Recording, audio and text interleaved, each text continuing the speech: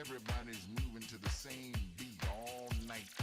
We all getting driven by the same kick drum. We all getting grooved to the same bass lines all night. Everybody's moving to the same beat all night. We all getting driven by the same kick drum. We all getting grooved to the same bass lines all night.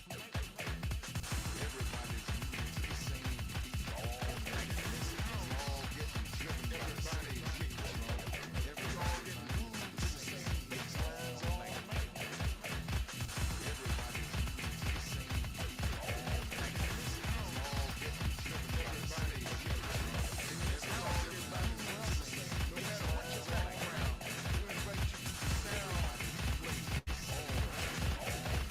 We all getting driven by the same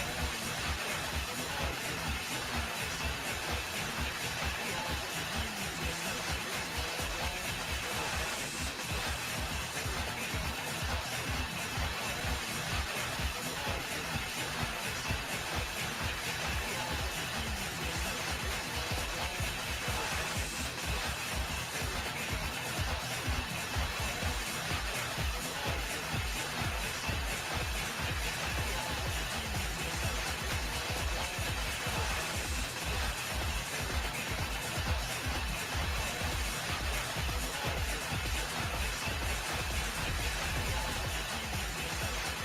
Yeah. Yeah,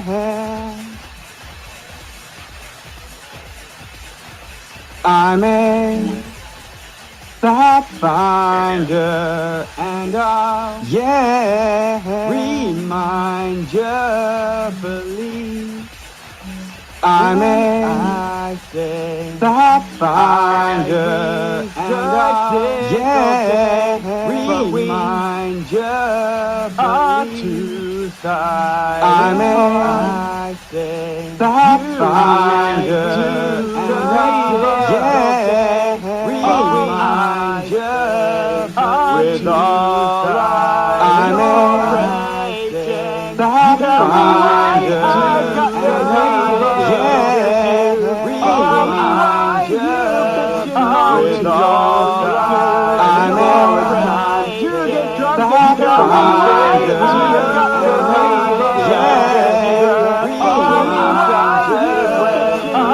I'm energized with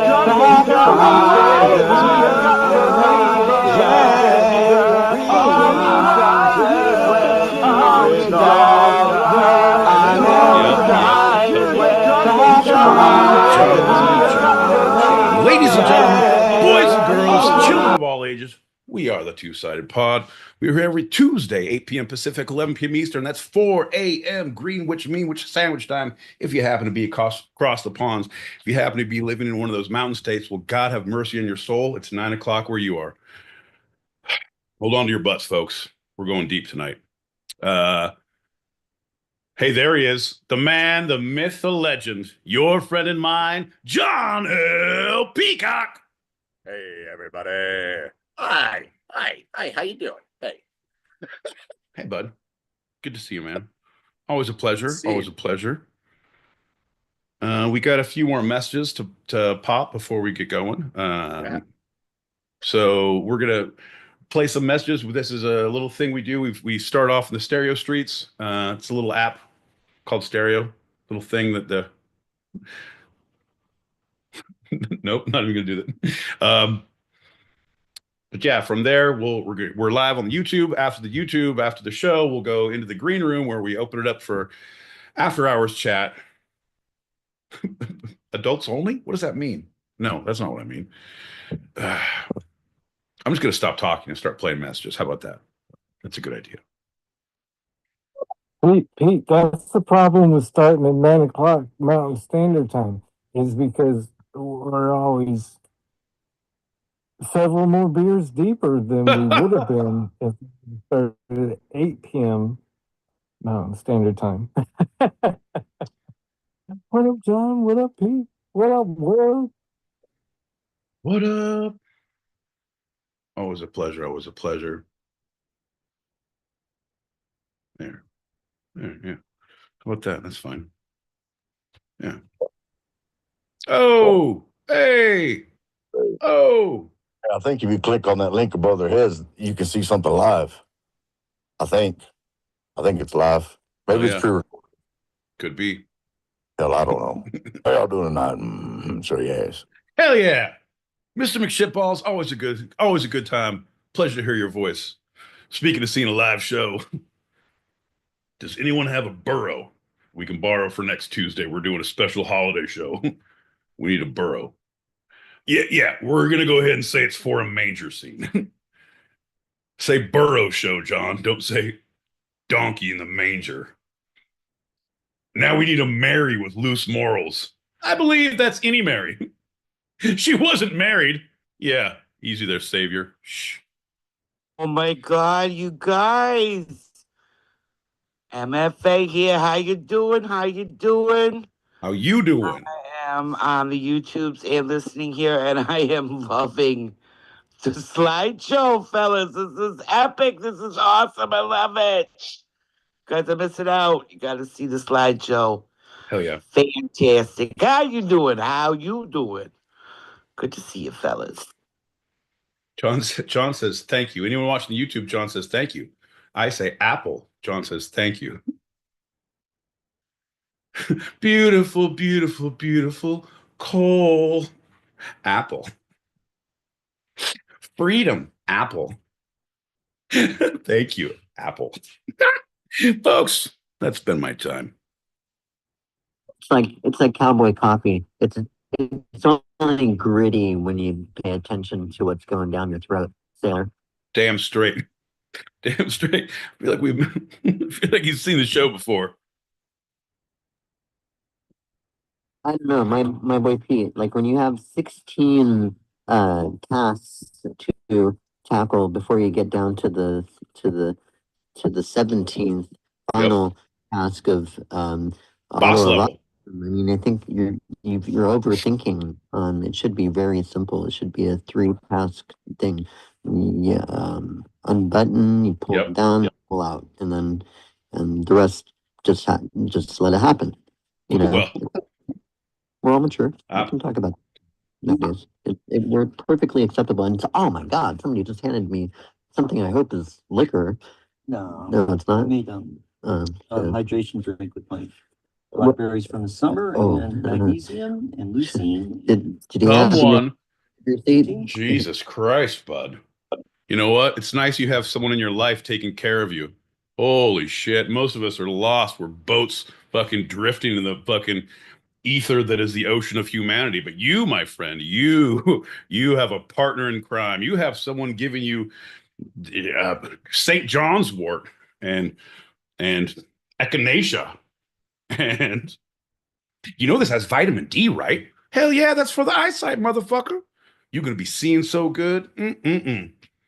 I don't know if it's gonna be weird when you're changing the riggings and shit and getting those hollers, but maybe it's time to stop and have a nice hug. Say, I have a Christmas hug for you and say, thanks for that energy drink, bud. It's never too late to be friendly.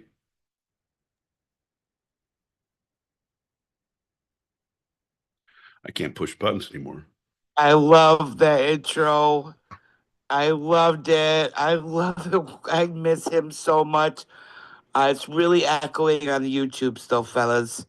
It's like dubstep or something. It's kind of cool, actually. It's horrible. See? Right now, is it a Tuesday? Freaking Oh, we're going. Time Tuesday. Hell yeah. What's up now? What's up now? It's everybody who's here. I see you. Everybody in the room. Can we give it up for another Tuesday with the John and Pete? And I am freaking here for it. And Hell you're yeah. gonna find. Hell yeah. I'm glad you were here, girl. Glad you're here. Always a pleasure to hear your voice. Always a pleasure. We're in the house. Hello, hello. Cunty McShitballs and friends. How are yous doing? Everybody ready for Hell the yeah. big holiday season? Mm-mm. I am not. Just trying to live vicariously through all of yous. Hope you're doing well. Hey man, I ain't ready either. I'm trying to live vicodinly. You know what I mean? I couldn't pronounce vicariously, so I took these pills I found. Old back injury. It's not true.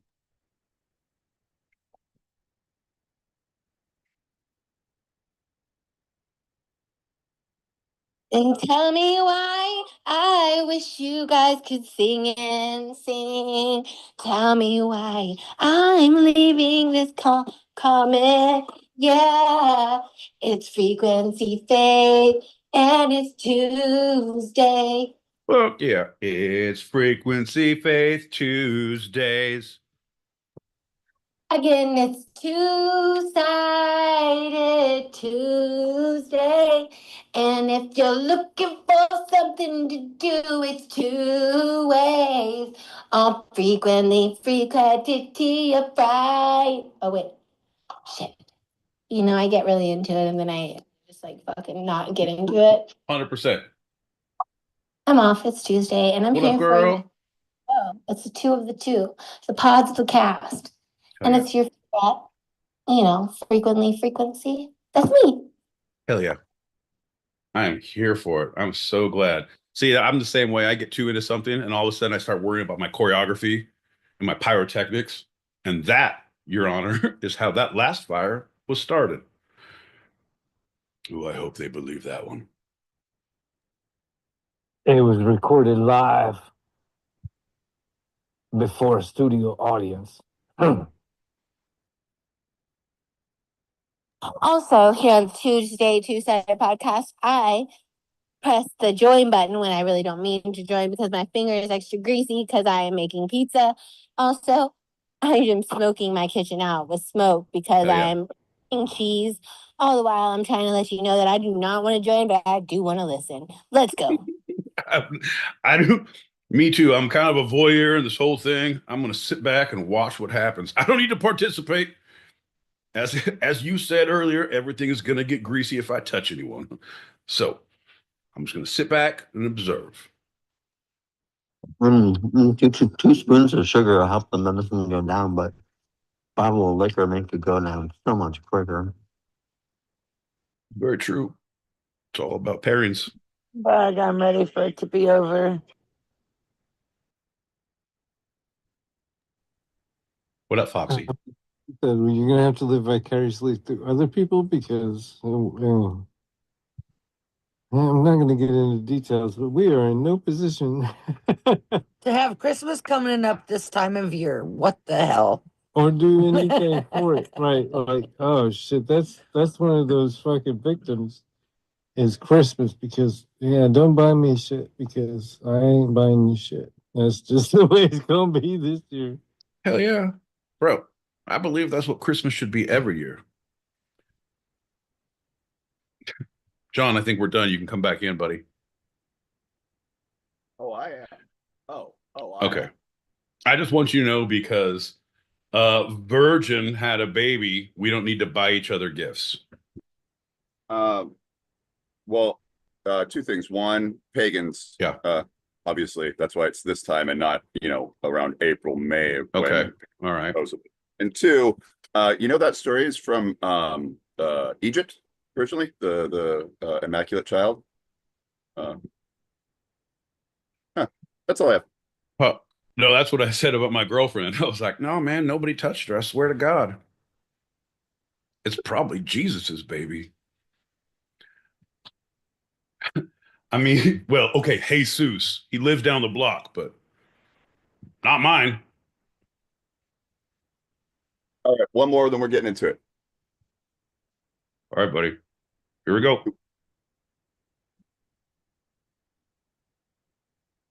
Have Halloween twice this year instead of Christmas. I mean, shoot, Halloween's my jam. I'm with it. I'm dressing up. I'm dressing up as someone who's going to give people gifts this year. Trick or treat. Surprise. Oh, it's just a costume. There ain't nothing happening. There's going to be the new, think about the crossover games you could have. Bobbing for elves. No. Because you have to hire them, and you'd have to call them little people. Bobbing for little people, but I don't think that's culturally sound. Also, is it wrong to hire people of diminutive size to dress up as elves for your holiday party? Yes. Okay, so I guess that answers my next question. Is it wrong to ask them to get into a tank of water and let you bob for them? I mean, I don't want to objectify you, but I want my guests to have a good time. It is the holidays after all, John.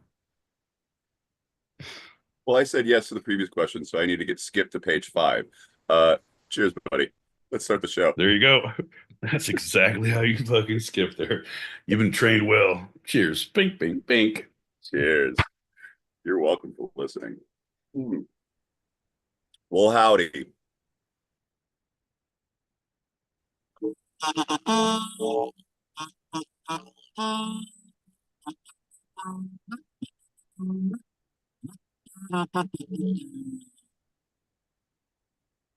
Five golden rings. Oh, I thought there was going to be more. It's the holiday version of John's didgeridoo and kazoo manifestation of horribleness. Sorry, go ahead. I'm John L. Peacock out in Brooklyn, New York. I'm my boy Pete and still haven't gotten over the fact that we haven't changed the music in 3 years in Southern California. And you're listening to Two-Sided, a live recorded podcast where each week I challenge Pete with a bit of the two sides of life, the fun and the serious. Yeah, John, the me and the you, the right and the wrong, the yes and the no, the give and the take, the push and the pull, the ebb and the flow, the yin and the yang, John, the pad and the tide, the Laurel, the Hardy, the Kate and the Alley, the Fred and the Wilma, the Barney and the Betty. Yeah. Yeah, the Sid and the Nancy, John. The crime and the time. The two sides. The William S. Burroughs and the William Tell trick. Yeah.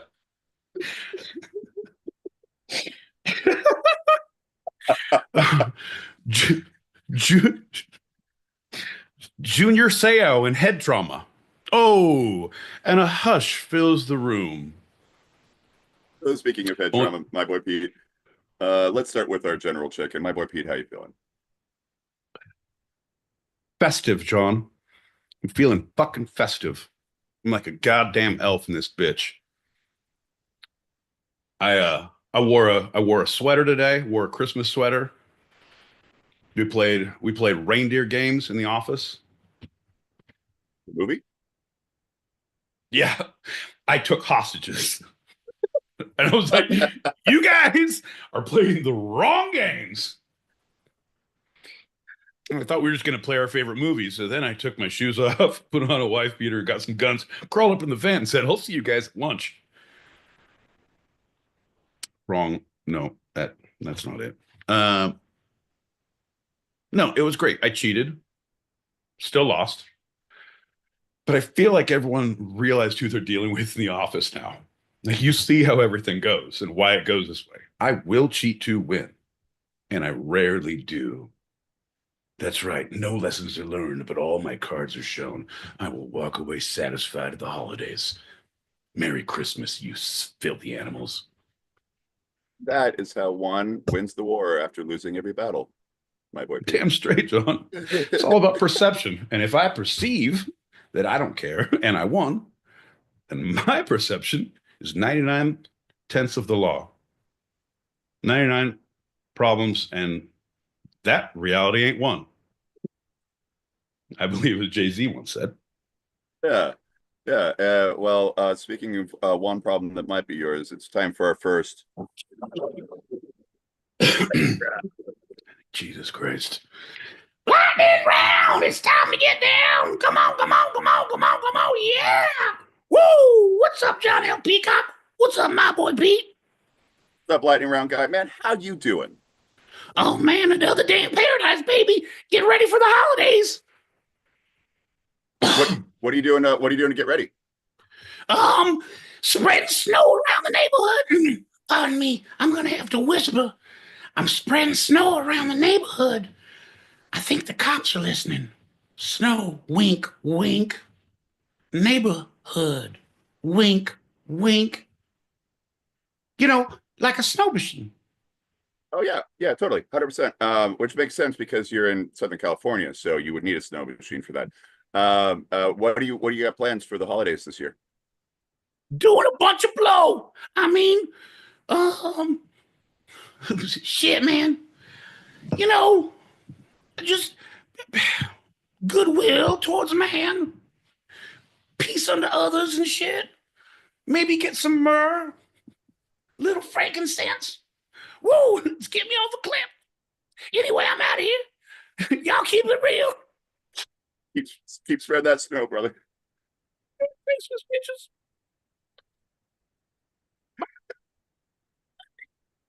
I don't know. I don't know what happens. It's almost like a Quato. Tune in, tune out. Well, anybody who's anybody knows that the first lightning round of the episode is always a standard Q&A. My boy Pete, are you ready for the questions? I am now ready. Yeah, I am not ready. I'm not ready. Yes. Man. My boy Pete, first question. Where is magic seen today? It's in the eyes of the children, John. That's why you have to remove them to keep them. I mean, what? No. I meant the wonder from the world, so it doesn't beguile the children to lose the magic, John. No. Everyone here, come to my chocolate factory. Everything's fine. Oh, everything's fine. Merry Christmas. God bless us, everyone. Oh, close one. Second question, my boy Pete. Why does convenience seem to be so inconvenient? Wait, hold on. Emma, say that one more time. I tune you in and out, and I caught half the sentence, and there's no way I think I heard the first. Say it again. Why does convenience seem to be so inconvenient? You're talking to the wrong people, John. Cutting corners is an art. Convenience is the best. If it's a man-made convenience, if it's someone else deeming it a convenience, they're just putting a name on a thing that they want you to buy as a convenience. If you find your own in life, John, make your own way, forage ahead, as they say. Be the Eagle Scout you want to rob. That's convenience. Actually, gonna give you that because that leads us directly to our next question. Next question, my boy Pete. What is up with our brains, the cloud, and modern technology? Right? John, I was asking the same thing. Number one, clouds have been coming, but as they once famously said to Brandon Lee before they killed him in The Crow, can't rain every day. So it's weird that your brain remembers things like that about the clouds when you say brains, clouds, convenience, and the convenience of having things at our fingertips. It makes us more sporadic, synapses firing every which way, every which way. Big dogs falling on my face. It could be that or all the drugs.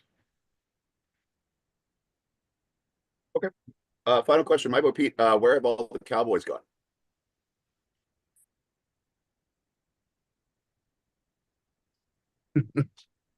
Ugh.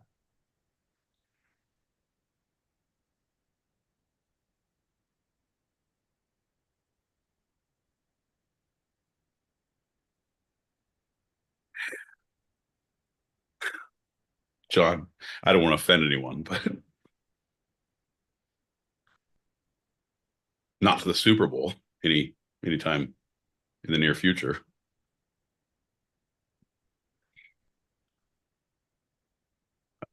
Um, Yeah, I like it. I also don't want to offend anyone, but screw the Cowboys. right. Also, fuck the Cowboys since Aikman. Since then. All right, that was okay. Yeah. No, great that's lightning it. round. Yeah, I liked it. Yeah. I liked it. Let's leave it at that. Let's have a shot and get into our first segment. I usually don't drink, John, but since you're asking, and it's a holiday party, well, I guess I'll have another. Don't let me near that copy machine once I'm drunk, though. You know how I get. Cheers. Cheers. Bink, bink, bink. Go. Because we had so much fun with it last time, we're going to continue our talk about Colts, part 2. Colts, they're just Broncos that haven't had sex. Are we talking only football teams at this point? I'm not sure. I heard, that's what you said. Oh, Colts. You don't have good enunciation. The Colts. Schlitz, part 2. Yeah. I have a friend, a cop, and he said that if we come to the brewery, you have to talk about Colts again. And you get your own 45. Huh?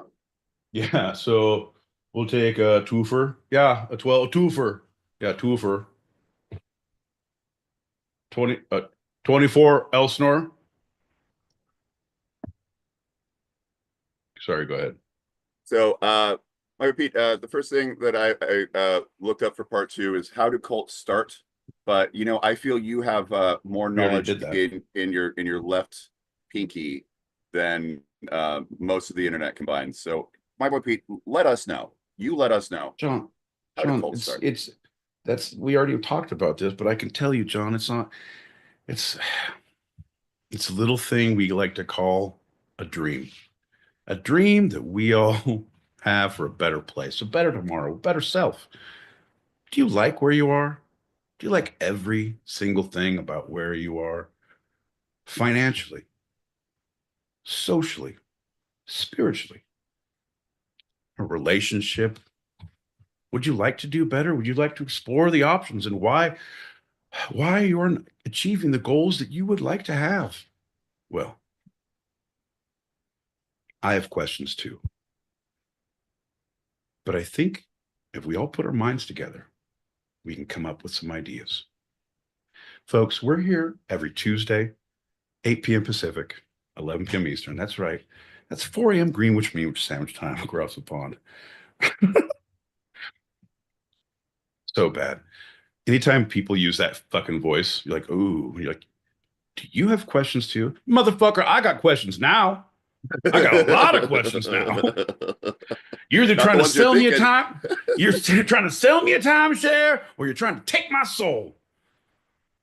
I also, okay, I am interested in the vacation, and I'm interested if we do weird sex orgies or get free haircuts, because I'm willing to listen. Give me a fade in the back and a little handy. I'll sign a paper, wear a robe.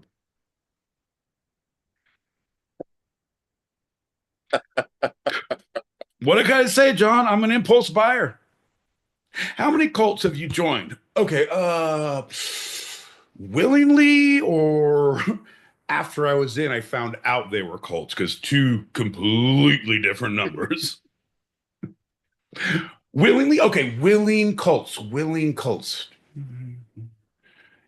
Okay, qualifying question. If everyone who was involved in the cult is dead and no one can report on the cult, do I have to talk about it now? Or can I just erase that one? Yeah, you can erase that one. Of course. Oh, perfect. The ones that I've knowingly been into, then none. Now, unknowing. Now, John, I'm going to go ahead and ask a qualifying question. Can I go ahead and, if none of the people are still alive now and only the police are investigating, but we're pretty sure they're part of another cult and they're going to be dead soon, do we have to talk about that one? If there's a pending case. This is for cults that you unknowingly joined, unknowingly joined, right? Yeah, oh, completely. Well, you very if much those are off the board. Oh, yeah, you those ones? Yeah. Yeah.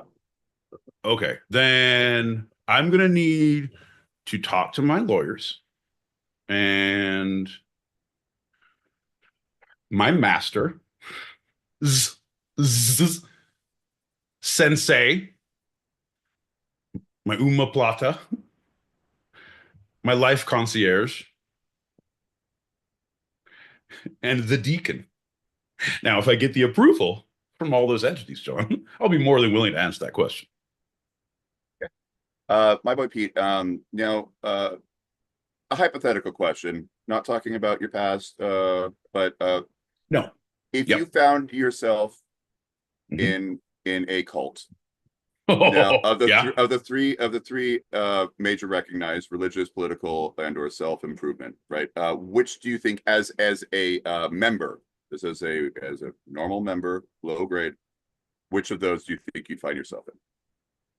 Oh, well, it's a lot easier to go religious and self-improvement. But once you get onto a few boards that you want to do on the political thing, so it's easy to get on that one too. So, John, I can see myself being anywhere. I could see, but no, honestly, fuck all. I couldn't do the political thing. Well, no, I could if I was on the inside with the parties and the insider bullshit. Yeah, I could do that. I mean, just to get my person elected. I mean, and just to make the sacrifices. Right. And you're base level, entry level member at this point. Oh, yeah. Well, first thing is, John, we can excel quickly in that. I mean, I heard you can excel quickly if you're willing to do the right things in these political parties, but I wouldn't know anything about that. So is that it? Like you went from you can never be political to like, yeah, no, that's the one. No, I would never do that. Okay. Ever. I would, okay, but bro, you know me. I've rung many fucking Tibetan bowl, singing bowl. I have meditated on many a crystal. I've Kama Sutra'd my way through many a sticky situation. So, yeah, I can definitely. Yeah, is there a drum circle? All right, I'll fuck with this for a little bit and see what happens. Yeah, so I think that would be a lot easier. And John, come on, man. Anytime you're anywhere and you get to take mushrooms in the desert, like, all right, just you guys do whatever you need to do. I'm just gonna hang out for a while. It turns out, like all of a sudden, you're like, 6 months later, I'm digging a hole for bodies in the desert. My mom said there'd be days like this. You guys know what I mean? Anyway. This is all for the self-improvement. That's the one you're talking about? Well, if they're not helping you improve, they're what we call an anchor, and you need to cut all anchor ties, John. That's what we're taught. I mean, that's what they teach. I mean, that's what I heard they taught. John, I don't know, man. There's a lot of holes, John, in my memory and the desert. Shh, shut your mouth. You really need to consult with your deacon and your lawyer. All right. It's just like the gypsy woman said. You're going to incriminate yourself on a show Tuesday night, 8 p.m. Pacific, 11 p.m. Eastern, 4 a.m. Greenwich Mean, which is sandwich time if you're across the pond. What a weird, weird lady that was. Wasn't even Romanian. Anyway, second part of that is same question, except for instead of an entry-level member, like, higher up, maybe behind the scenes, maybe that charismatic figure. Where do I want to operate? Political, religious, self-improvement, right? Yeah, which one? Oh, John. So it's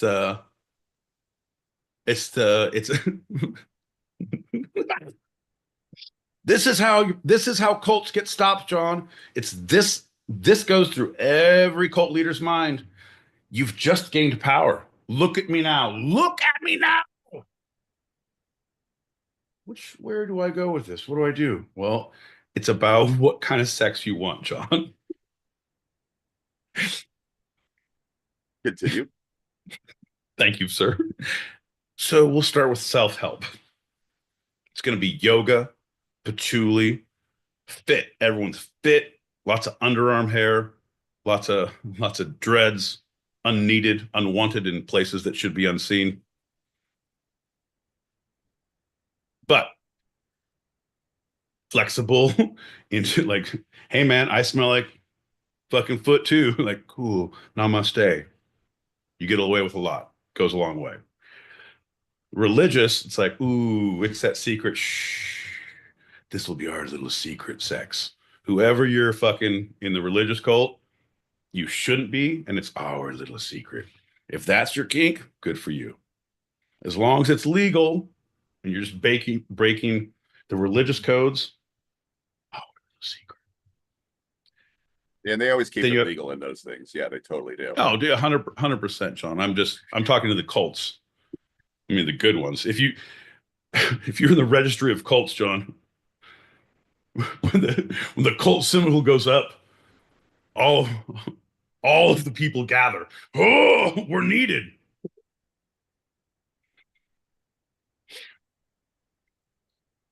Okay, I digress. Political. That's just that's the frat boy sex. That's the I want to do coke in a limo after a strip club and fuck a bunch of strange people at weird masked parties. So it depends on where you want to go in your kink, where you need to lead your flock. Now, John, I didn't want to give anything away, but I am developing a board game called Cult Leader. It's where you have to identify what kind of leader you want to be. Everything has benefits and detractors. Oh, look, you pulled an orgy card. Uh-oh, everyone has syphilis. 4 followers died. Give up 3 money tokens and 1 influence token. This is bullshit. Ah ha ha. But I put a condom card on. Boo. All the dictators shun you. Religious leaders say prophylactics are evil. John, there's a whole thing. It's going to be great. We're going to offend everyone. It's fun for the whole family. Also, fuck Milton Bradley. They wouldn't take my calls. they kept on forwarding you to Kellogg for some reason. Right. Like, but this is a breakfast cereal. Why do they keep on forwarding me to Kellogg? Right. Oh, I kept saying bunches of Colts. I'm trying to pitch you bunches of Colts. That's going to be my new breakfast cereal. Hey, man, what you eating? Bunches of Colts. Oh, that's why you've been praying so much and having all that weird masked sex. Thanks, bunches of Colts. Brought to you by Kellogg. Fucking shit up since 1936. And those enemas. So many enemas. Hey kids, what'd you get? I got tricks. I got see-through X-ray glasses. Oh, I got Cocoa Puffs. I got an action figure. I got clusters of Colts. I got the do-it-yourself enema. Wah wah. Okay, Timmy, go play with your toy. So you gave all the reasons for one, the other, or the other. My boy Pete, what's your final answer? John, I'll be honest. I'm going to say because of the people you deal with, I would go self-help. Why is that? Because political people are too political and like talking politics and cutthroat and having to lie about shit you don't care about and actually do things, attend meetings and hear campaign thing. Like, I don't care. I don't care about any of this. I don't. And I know that's what you have other people around to like, hey, vote this way, do this, like, which is all bullshit. But at the same time, that's not what a leader does. A leader needs to steer the ship and see where we're going. I don't have time for that. Ain't nobody got time for that shit. Religious, again,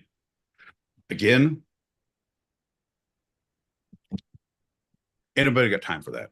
Like, there's a whole, I don't know. Anywhere that you have to sit on a thing called pews. I don't think there should be pews existing. That shouldn't be a word that you sit on. Like, oh, there should not have to be a word for this. Oh, you mean a bench? You mean a park bench? No, this is a pew. It's for a spiritual house of the Lord. So if I took it out, could I sit up? Would it be a bench or would it be a pew? If I bring a bench in, would it be a pew? If I, you happen to know the difference between a bench and a pew besides the terminology? Yeah, no, I do, and because there is the way they're built because they go slightly forward. Yeah, slightly forward, and there should be the Catholic ones have the kneeling prayer things on them.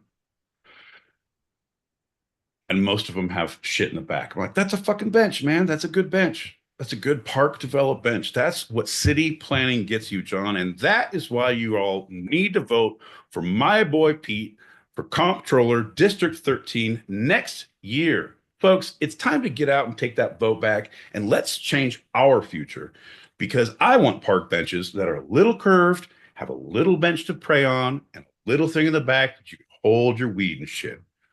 That's right, folks. My boy Pete, Comptroller, local area 13. Every Tuesday, 8 p.m. Pacific, 11 p.m. Eastern. Tell him, John. And you have to remember a lot of things. Oh, and the people across the pond at 4 a.m. Greenwich Mean Sandwich Time can't vote on Wednesdays. Not here, at least. Fair enough, John. Okay, so political and religious, you have to remember too many things as the leader. So you're like, eh. So you have to control too many things that are bullshit.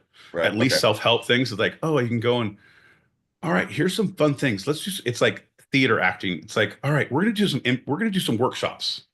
I could do workshops that aren't like, okay, well, in chapter 17 of all right, shake it off. We're going to do a mirroring technique because this represents what you felt in the womb. And if you can't feel yourself in the womb, then you can't feel yourself in true life.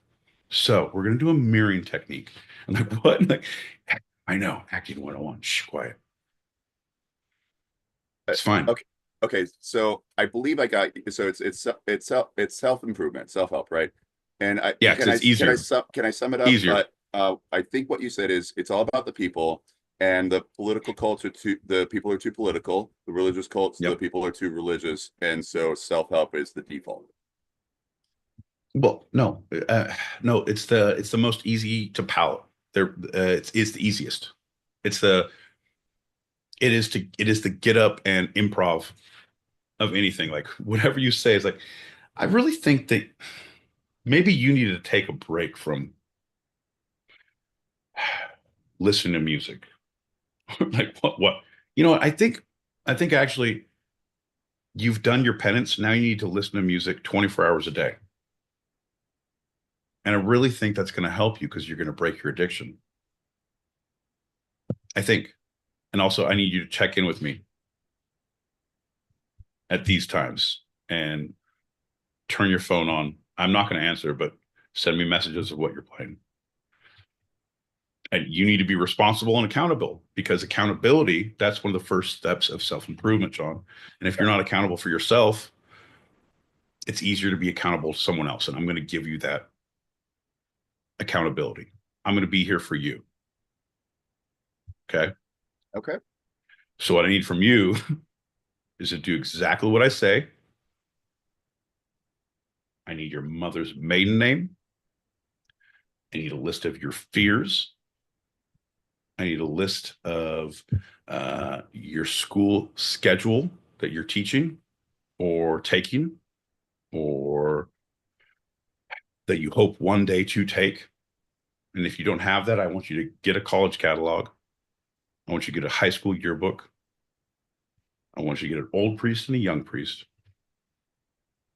Get the last 4 digits of all of their social security numbers and then send them to me. And if you do that, we'll have a special reward for you. Got to know what the special reward is. It's going to be something you're going to need, John, to better yourself, to help with your journey, to give you the relief you're looking for, to keep you accountable for yourself. I think it's a good step. And if you don't want to make it, I understand. But you're the master of your own domain. You're the king of your castle. You, sir, shit where you eat. Nope. Need to fix that last one. You, sir.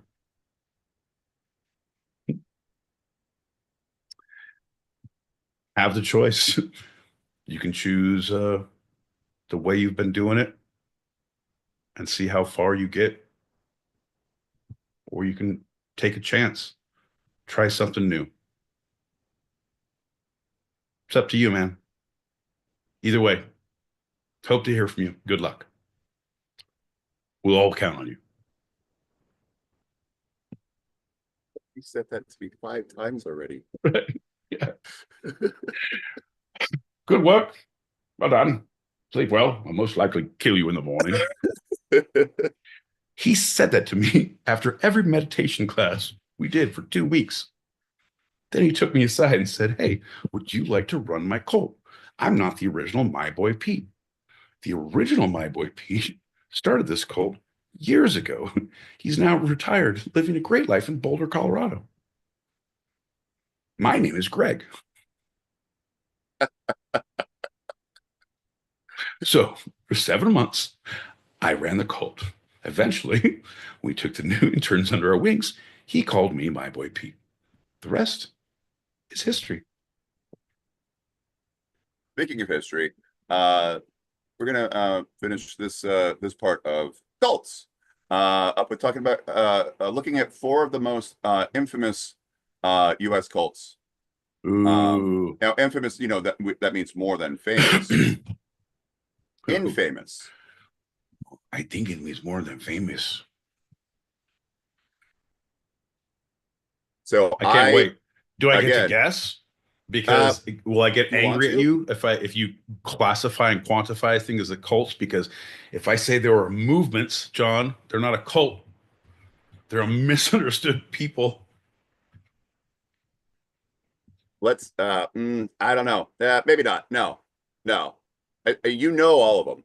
I know that, but there are many more that you might throw out there and might get some people into trouble. So maybe not. Go ahead and start throwing things out, John. Talk your talk. Let's see if you can walk that walk. Let's talk cult style.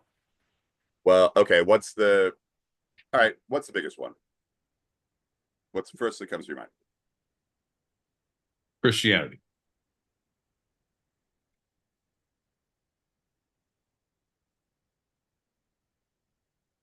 I don't know, man. Once Martin Luther hammered that fucking doctrine up, man, we were all fucked.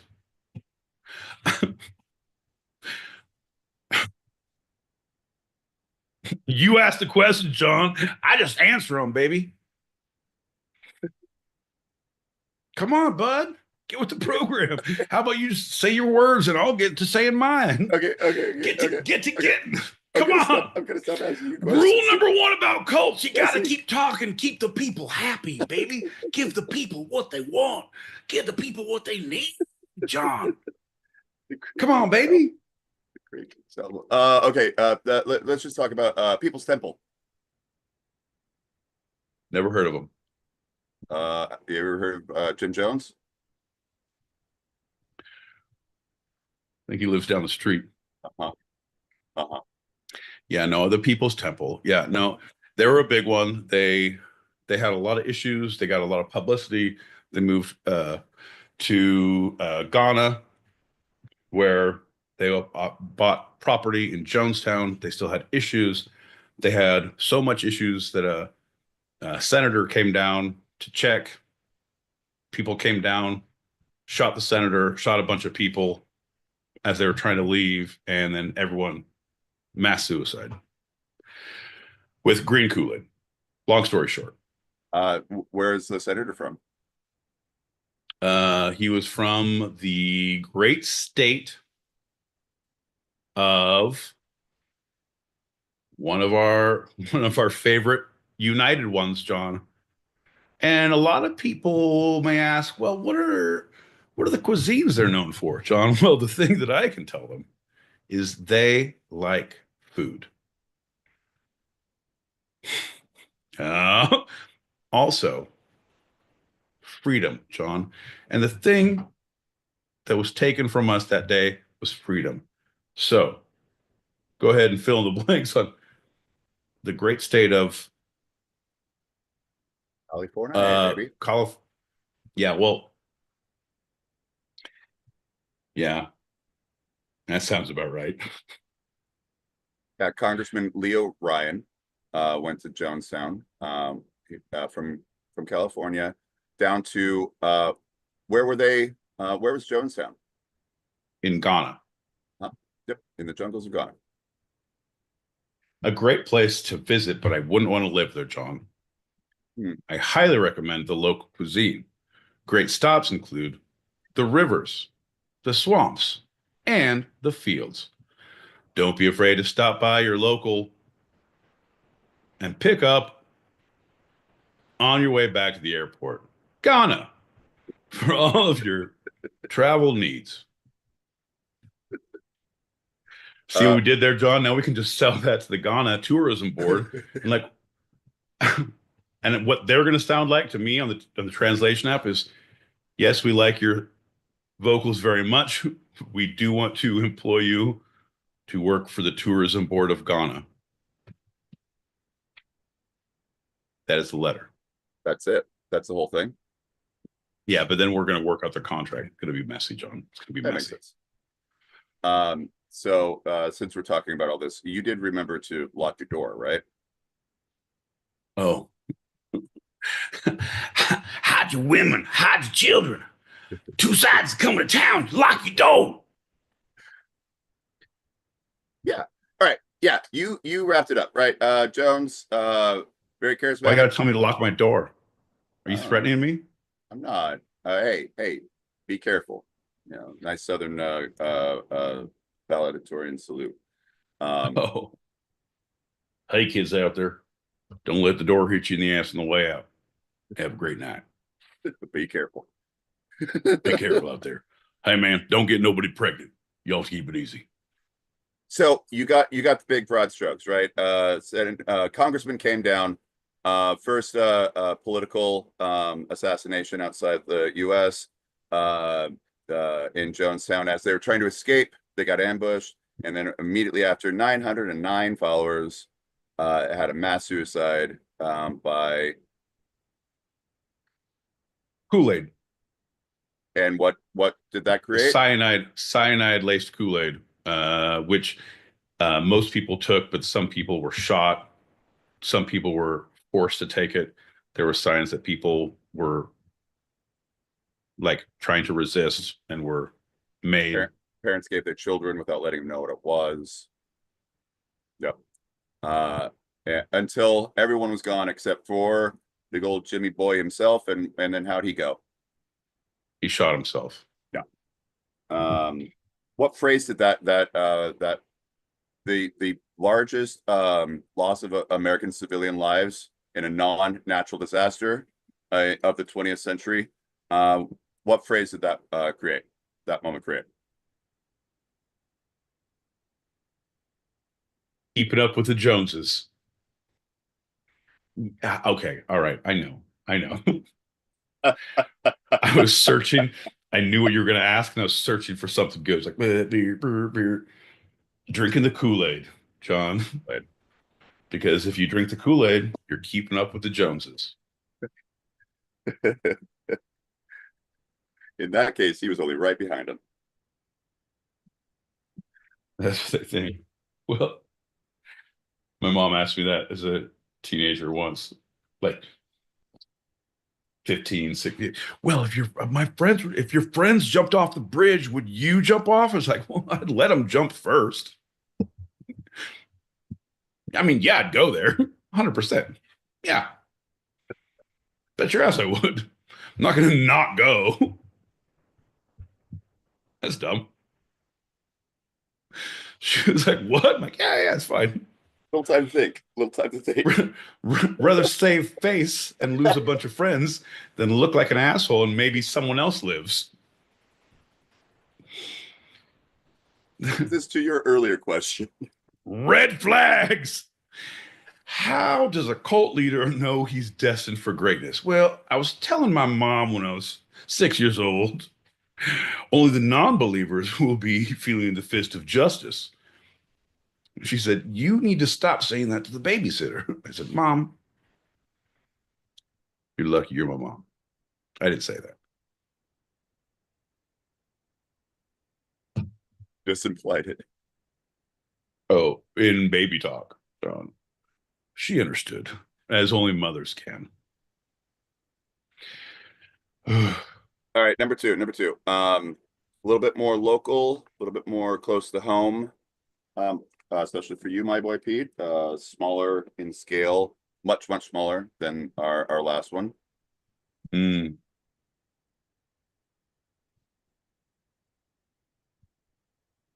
Manson. We've had so many.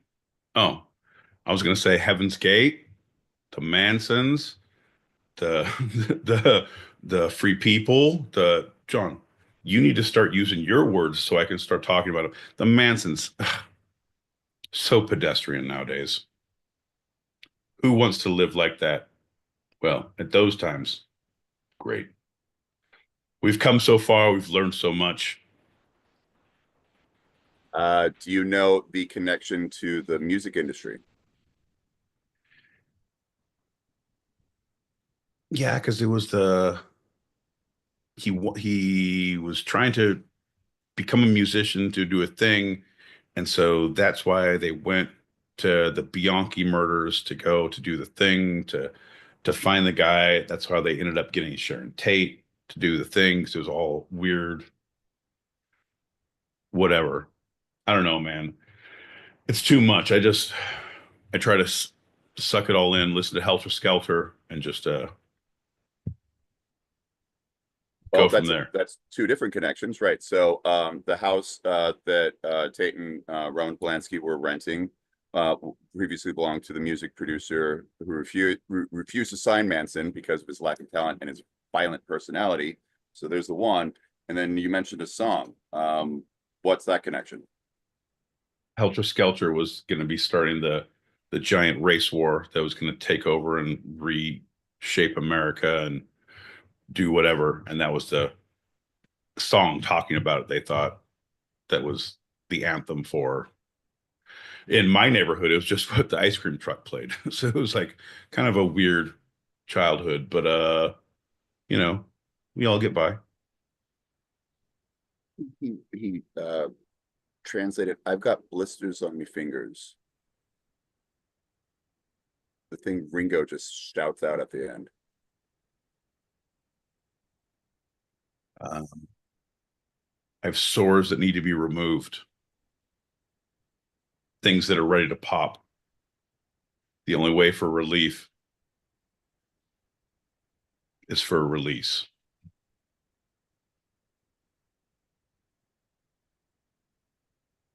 I've got blisters on my fingers. Yeah, man. That's what the steam valve is for, man.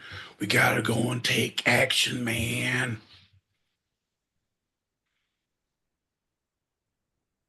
Now, there's a person who actually at one point said he's the new Bob Dylan before he went underground as a failed artist.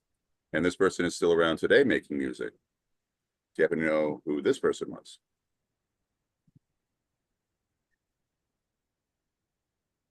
No. Is it Neil Young? It is Neil Young. I thought you'd piece like of that. Shit. Fucking piece of shit. Old ass piece of shit. Know nothing. It's like boo. Boo. He very quickly took that back, but yeah. Whatever. You can walk anything back, John. Got to stand by your stupid ass statements.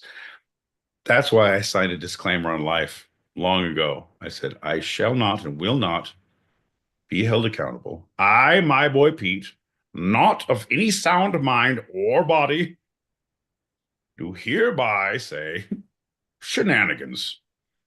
Everything that follows will be tomfoolery. Nah. Now, my boy Pete, you said, they had this hippie mentality. He was a failed musician, right? Fucking hippies. They say this is the Manson murders and the cult that they found out about through the court trials stopped a bit of the free love era of the 60s and brought a more subdued and cautious culture of the 70s. This cult and a specific song by The Doors is said to have stopped hitchhiking en masse overall in America. You know what song that is?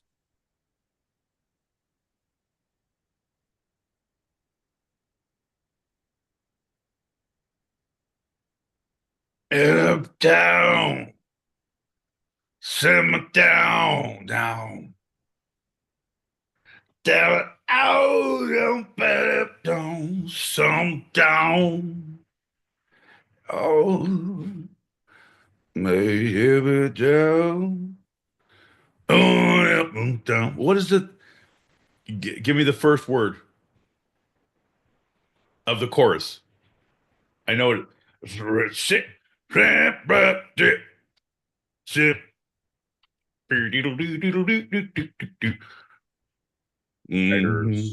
Riders in the storm. Riders in the storm. The main outfit and bone better tell me different bone. How riders on the storm. Two-sided Tuesday nights.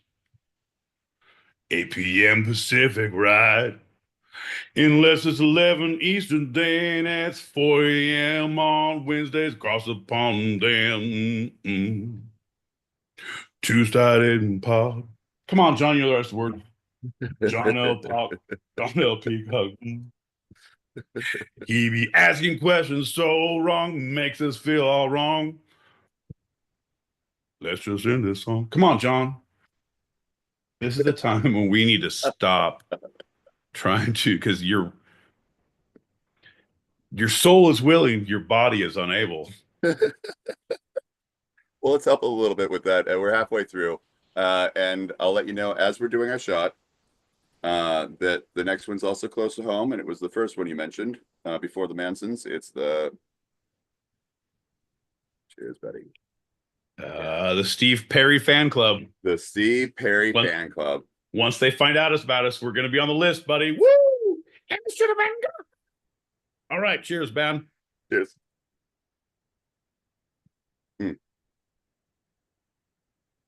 Oh, Johnny Peacock, Journey Fan Club. Steve Perry is our God. Ooh, come on, John. Ooh. All right, sorry, go. Shh, quiet, go. Shh. I'll be quiet. Shh, go. Shh. Heaven's Gate. Ooh. Do we get haircuts? Yes. Do we get bunk beds? Uh-huh. How about new shoes? Yes, but you're going to have to put into the team fund for that. Okie dokie. Sounds a little rough, but I'm in. So the guy who started it, I didn't know as much about him, including his name. Bop, Bort, Bop, Bebop. What was his nickname? Because Nork and Nop, it was him and this woman who started it. They had nicknames for each other. He had a fucking haircut with the thing. Yeah, you have the right.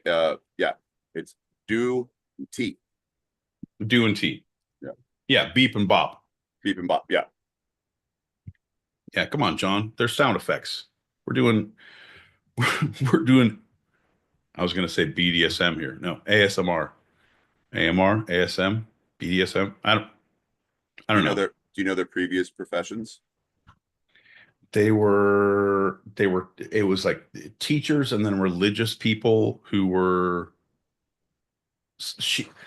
I don't know if this is no. The Davidians were the Adventist offshoot. These ones were like professors or something. He was. Yep. And she was a dancing girl or no. She was not. I don't know. I forget. A nurse. She was dead. A nurse. Yeah. A nurse. Yeah. Yeah, so they started that. They started living. They were living in a mansion that was donated from one of their believers, and all the people were living there, and they were sequestered. Not sequestered because they made videos to send their families before they all went and took to go meet the Hale-Bopp comet. Heyo. Who was accompanying that Hale-Bopp comet? Oh shit. This was the crazy part. It wasn't Jesus. Was it Jesus? No. It was like Elvis. It was like Steve Perry. Was it Steve Perry? No. No, Steve Perry was actually taken and replaced by an extraterrestrial. E.T. He was E.T. Their coat, yeah. But it was like, ouch, Reese's Pieces. Yeah, okay. And then like, here's your new shoes. Get up to the comet, bro. Leave your mortal coil. Yeah, as we do. Rung up the curtain. Kicked the bucket. Shuffled off. Okay, go. Yeah, shuffle off this mortal coil. Right. Yeah. They had some a couple of members with them, and they were. It was like 15. It was like 15 or 16, right? Like yeah. And how did they get to that spaceship that was accompanying the comet to save them from the destruction of end days? They had to drink poison and lay down in their cots in their jumpsuits with their shoes on and like cloths over their faces. And they all laid down in their cots and died. And then everyone, when they came and found them, they came and found their bodies. What they have with them, or on their person? Exact change. Yep. With $5 bill and rolls of quarters in their pockets, all the same. They were also wearing the same Nike sneakers, and they died one after the other, so that the next one could put the shroud over their faces, and so they all could ascend. That's teamwork, man. I don't care what you. That's teamwork. I know. Hey, man, it's not a good thing, but have you ever believed in anything that much? Well, look at the juxtaposition between that and Jonestown, right? Like there's evidence of major struggle at that moment, and this is no one, the other, and they did it. Yeah, you know what? I hear you, man. What you're saying is we got to start small and get a real good core group. Don't grow too big too fast. I got you, man. Thanks, John. It's moments like these that I'm glad you're going to ascend with us. I'll put your shroud on, my friend. No, man. I'm the boss. I go last shroud. I'm gonna make sure all the flock ascends, bud. Welcome to the cult. Here's your nickels and your shroud. What do you mean nickels? Well, we're gonna have to earn the rest of that and keep the shroud handy. We don't know when we're going. What do you mean? There's not a timeline. We're kind of playing it by ear. You know exactly when Hale-Bopp is coming. What are you talking about? No, not us. We're doing drills, but also don't be afraid to throw nickels at people and bet them. In shroud fights. We call them shroud fights. You put your shroud over your face and you fist fight with rolls of nickels in your hands. Winner takes all nickels, we say here in the commune. It's a whole thing. They'll understand. Finally, the Branch Davidians. They were misunderstood, John. I'm saying at this point, today, in today's age, a group of people that live on a compound who just have a bunch of guns, they're going to back the fuck off. All right. Hey, man. Hey, man. All right. Fair enough. I don't know. It's all bad. Everything went bad. Do you know how many days the standoff was with the FBI when they decided they needed to come in? 100. It was like 100 and something days. Half that. No, it was like 60. I thought it was 90 at the whole thing. No, 60, 64. It was over 2 months. 51, which is if you go 28 days, it's like right around the 2 months. Right. And that's if you did 28 days later, you came back, it'd be a whole different battle, John. I don't know if you know about that, but they're doing a re-release on that. So if we do Waco part 28 days later, he has returned. Wow. You tie it in, you know what I mean? Yeah. The Branch Davidians still exist today in Waco, and many of them believe that Koresh and the followers that were killed in the firefight will eventually be resurrected / return in one way or another. Well, yeah. Okay, John, I know you're I hate that I have to correct you on this. This makes me sick to my stomach. It makes me very ill.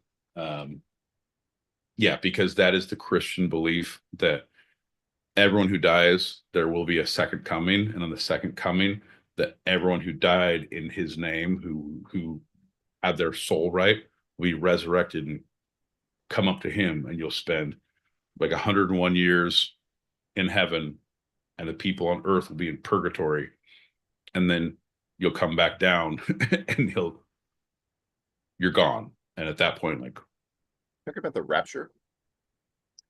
I'm talking about Kirk Cameron's finest work, John. I'm talking about Left Behind. I missed the boat on that. I was left. Oh.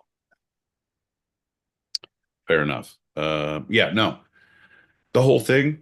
So yeah, they believe that, but it's like that's what fucking every Christian you talk to believes. Oh, well, the people who died believing in whatever, they'll be reunited, they'll come back. So it's not like weird, like they're gonna come back in this life. Right. They're not gonna be like reincarnated. It's that weird fucking hijo. Resurrection, ascension, right? There we go. There we go. John. Yeah. In our line of work, resurrection only comes with Viagra. Am I right? Sorry, folks. It's a children's show. We're doing this one for charity. Mea culpa. You actually have been good with your curse words.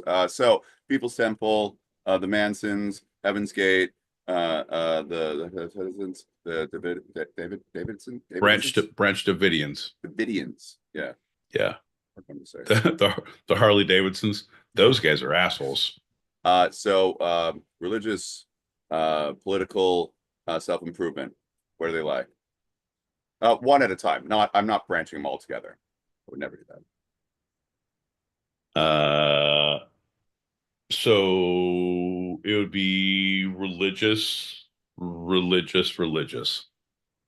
And religious. Oh, so you think the Mansons are also? No, the Mansons were. No, they did not fall into that category because they were not a self-help. They weren't trying to better people. They were giving. It was like a homeless encampment where it's like, hey man, everyone has a family here. Everyone's welcome. It's not. We're not trying to make you better. You ain't gonna get better here. Yeah. You're gonna sleep on a mattress in a weird place. Yeah. See some weird shit. Be dirty. But with a bunch of other people. Not self-help. It's just a weird community fostering weird behavior. You see that shit anywhere you have pop-up camps nowadays. Yeah. It's a community environment. It's not a cult. Commune. It's not a religious thing. It's a community. Yeah. It's commune. It's not bad. It's if that commune is bad, if the people in it are bad, if there's the leader of it is bad, who's running is bad. I'm not saying not all communes are bad. Right. No, 100%, man. Tent cities, there's some good ones, man. There's some good shit out here. Like, no, they're eyesores, but they're not in the walking traffic, and you interact with the people who are there. Helping each other out. Yeah. They're coming out and about, like, oh, where are you from? Oh, I live there. Oh, cool, man. That's awesome. Yeah. So what do you say then is it political? It would be almost political because it has an ideology. So but all of those religion has an ideology as well, but it would be more political because you're trying to change the course of the structure of your society. Right. With the so if you had to classify into one of those three, if those are the only three buckets, yeah, it would fall into political, but I don't think it does because it wasn't trying to, it was more, well, no, it would be anarchy. That's politics. It would be a class of, it's more anarchy. Yeah. Yeah. I'm okay. So it's political. All right. It's interesting because they're the kind of the smallest and kind of the most violent outside their own group of all the four we talked about. And they're kind of the hardest to define, right? Right. But isn't that politics though? Because you don't know, everything in politics is so shaded, more shaded than others. Yeah. Maybe not.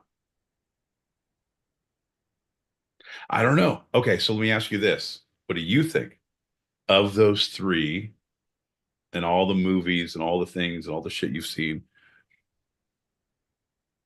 Not the worst thing that happens. What do you think the people involved in it, the worst things they're capable of? Which would be of the cover up, which would be the worst to make something go away? Who would take the most action in a negative fashion to make sure a story didn't come to light? Of those three classifications. The political, the religious, the self-improvement. Yes. Yeah. Which one?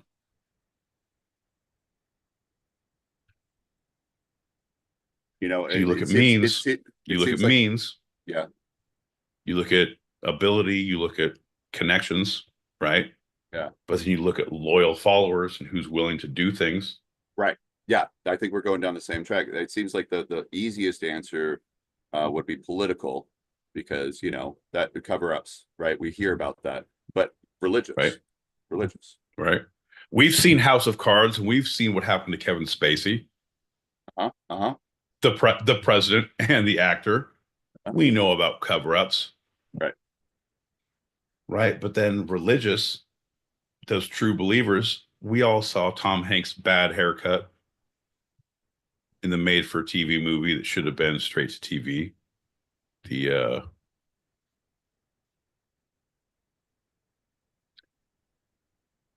I can only think Pelican Brief. That's Julie Roberts.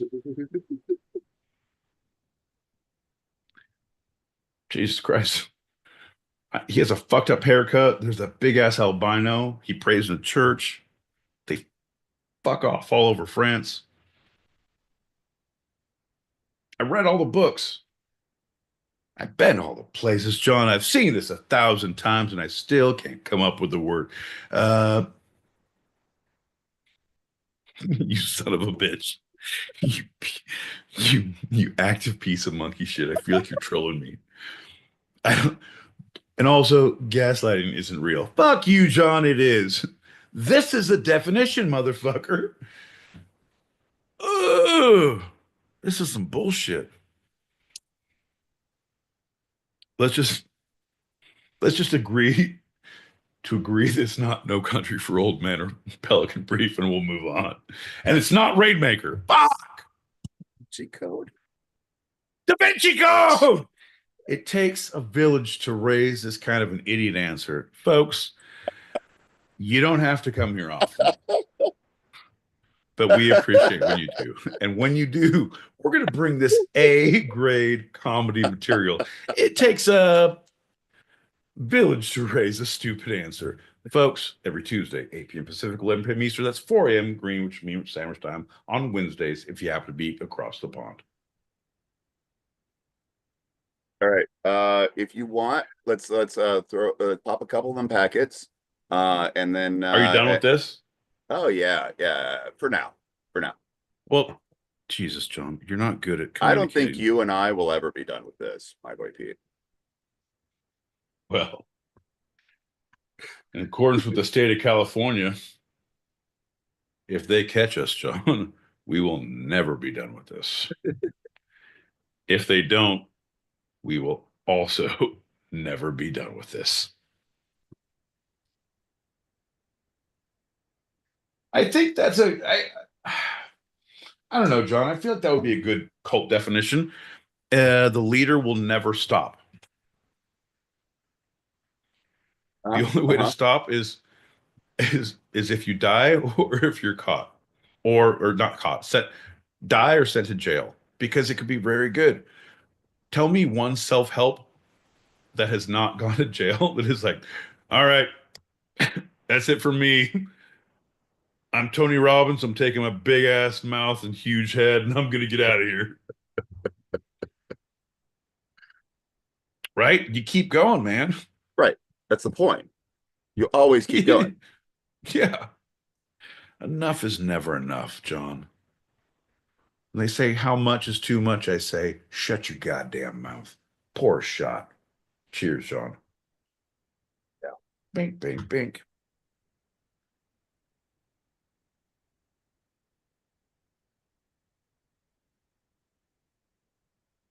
Here we go. Yep. 2 seconds Turkish. You said 2 seconds, 10 seconds ago, John.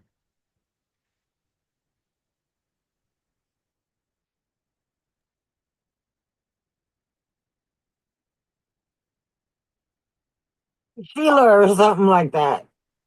Yeah, I mean, Leroy, Oh, I ain't bobbing for Leroy. That motherfucker's gonna have his dick and balls out. I just know it.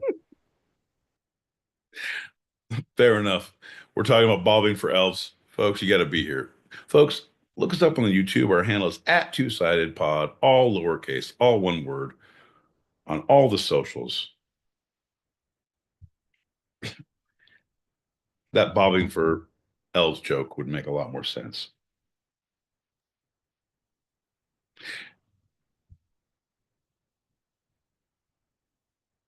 If she had one leg, no. We've arrived. We're on it. When you Let's get some. Woodstock and Woodward, you get Stockward or Wordstock, and it's punk rock and pavers tonight. Crap. This guy, folks, our good friend Darmagos is out there working hard in the streets. Everybody raise a shot, raise a glass, raise your hopes for him. Pulling pavers, pulling hose, pulling hopes, getting hydrated. Hell yeah. Boy, hell nah, quit the singing. That shit not for you, gang. Boy,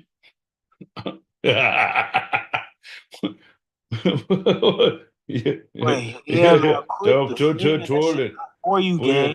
Gig. I love it. I love it. Not gonna help the pain, but you know, she goes, hopefully you'll disassociate a little from it. I'm like, oh, God, game for anything, at this point. And God, they put those tubes in, and the way they hurt when they put them in never stopped. I sat with those for 2 weeks. Oh God. It was like having that pain from the first day for 2 weeks. I was like, this is fucking ridiculous. No, yeah, no. Kidney tube pain is like the absolute. Why do they put so many nerves there? It's like, what's the point? Are we talking? That's it. Yeah. Now we're fucking around with kidney pain? Welcome to life. Ooh. Wow. Oh my. You guys, you drinking too much. You drinking too much. Gang, what's wrong with you? Quit. You drinking too much. You drinking too much. Bro, y'all. You drinking too much. You drinking too. Bruh.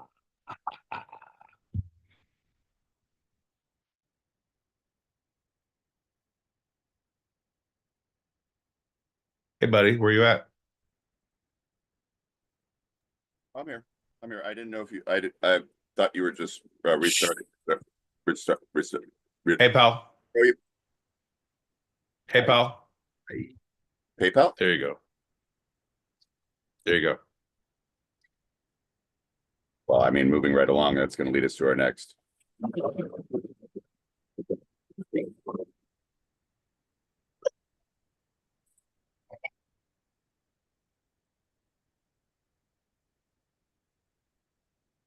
Lightning round guy. Listen, I've been thinking about it since I saw you last. I kind of think that you should take this on the road. That snowplow, spreading the snow. Let's just not do it local in Southern California. Let's go at coast to coast. What do you think, buddy? Spread the love. Holiday joy can't be spread that far, maybe. I keep it local. Okay. Anyway, you guys, yeah, I like your holiday spirit. Share with those you want you love. Ain't gonna work for me, baby. I gotta get going. Sounds good, man. Hey, enjoy that snow plow. Whoa. Giddy up, baby. Woo! Go. You got gacked out. Holy crap. You have no idea. I have the noise canceling mic here, but there has been a lot of hacking going on. Some bullshit. It is some bullshit. I'll tell you what. I'll tell you what.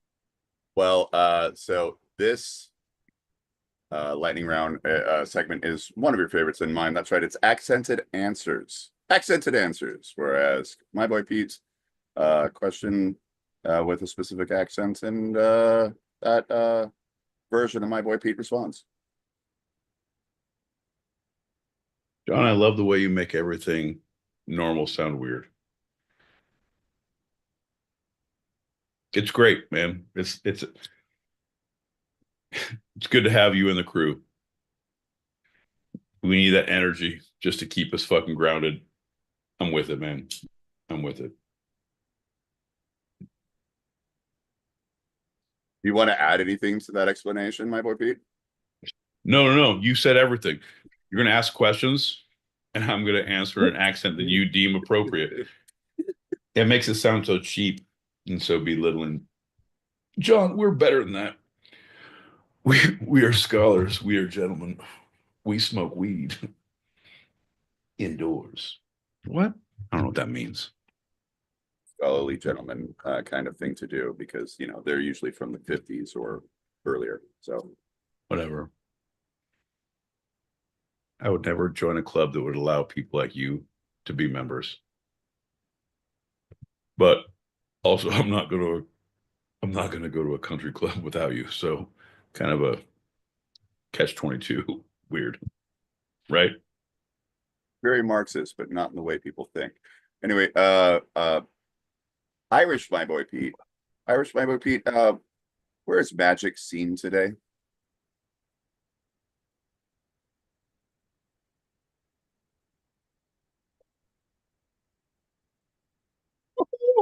Oh, John. You know, oh, John. Here's the deal, John. I'll tell you, there's many places that magic is from. There's many places you can find it. But there's not many places you can give it to your fellow man. John, I'd like to tell you about the end of the rainbow. It's a little bar I know at the end of town. Full nude, 2-drink minimum. That's where dreams are found. Aye, begorum and begorum. Yar, sure. We call it the pot of gold dance. Don't let me ask you for more. Thank you very much, there, Scotch Irish, my boy Pete. We're going to move on to Russian, my boy Pete. Russian, my boy Pete. Why? Fuck you, John. I can't. Go ahead. Go ahead. Don't clarify, quantify. Russian. All right. Russian. Yes. Duh. Why hello, Clarice? Why hello, Clarice? Duh. Russian, my boy Pete. Why does convenience seem to be so inconvenient? Duh. This is what I will tell you, John, about convenience. Here where I'm from, is convenience only walking 17 miles to store to learn that they only have 2 potato, and then you have to fist fight 2 grown women and a dog to get half potato, because at the end of the day, everybody is community and all potatoes are equal. So says dog. Anyway, convenience store, not as convenient.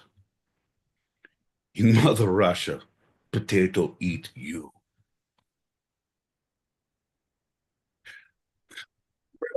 Fuck you, John. Sorry. Don't judge me and I won't swear. How about that?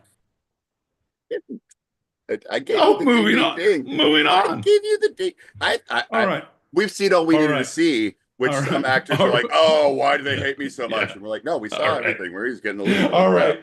All right. Ginger stupid John, as in Scotch Russian Pete, as in Southwestern. Ooh, we call him the Tex-Mex. Ooh, I hope he comes with fries. That will be delicious. I'm gonna get extra sauce of mine. Had I judged you on that last one, I would have said your potatoes really sounded Irish while you were doing a Russian accent, but I didn't. I didn't judge you. So we're moving on to you. Actually, I don't even know why. I don't even know why I do this anymore. It's not for fun. Like I like all the things we do. Like I don't care anymore. Like the thing is, I don't do that anymore. John, that was me then. This is me now. What you're doing, so yesterday. I'm today. Look to the future. Let's look to the future with Silicon Valley, my boy Pete. What is up with our brain, the cloud, and modern technology? John, I'm glad you asked. Here's the deal, buddy. A lot of times, a lot of normal people can't understand what the cloud is. And I'm going to tell you once and for all, it's something you don't need to worry about. It's something that is better than you, better than us, better than all of us combined. Anyway, John, I'm going to have my assistant call you, give you all the deets. I'm late for a racquetball game.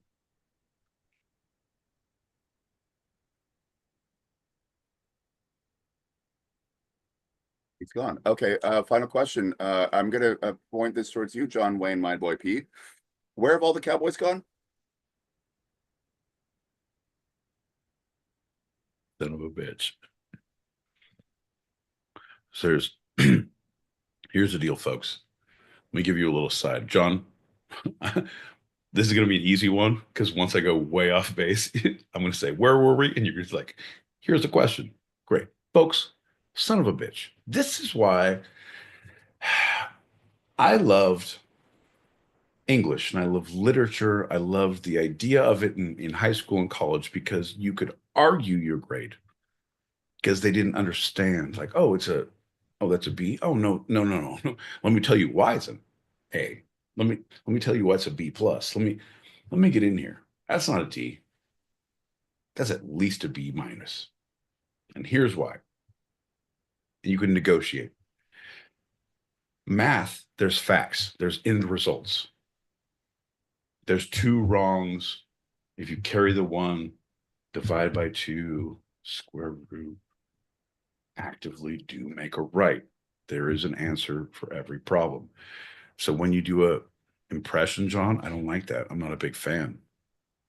And impression. No, you said okay. Yeah, John. Ask the question. Here we go. Ready? When you ask the question in a ask the question. All right. Where have all the Cowboys gone, John Wayne, my boy Pete? Well, John, here's all right, John. All the Cowboys have gone the way of the Cowboys as they always do. Out into the sunset. Yippee-ki-yay, motherfucker. Sorry, that was no. My boy Pete, actually, hold on. You were no John Wayne whatsoever. But people, listen to that back. That was straight on Clint Eastwood, like a really good Clint Eastwood. Here, well, we can only rely on Muse Lover for that because he doesn't like to look at our faces, but he loves the dulcet tones of the stupid two sides. Folks, let's take a moment to recognize our friend, your friend, one of our favorites from day one, Muse Lover.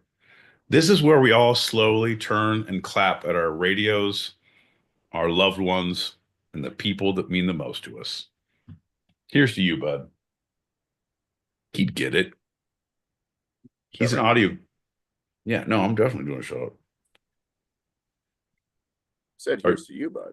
Yeah, I'm doing. Yeah, that's what I said. Yeah. Yeah, I have one bud. here. Muse. Bang, bang, bang. I love you, man. The cow.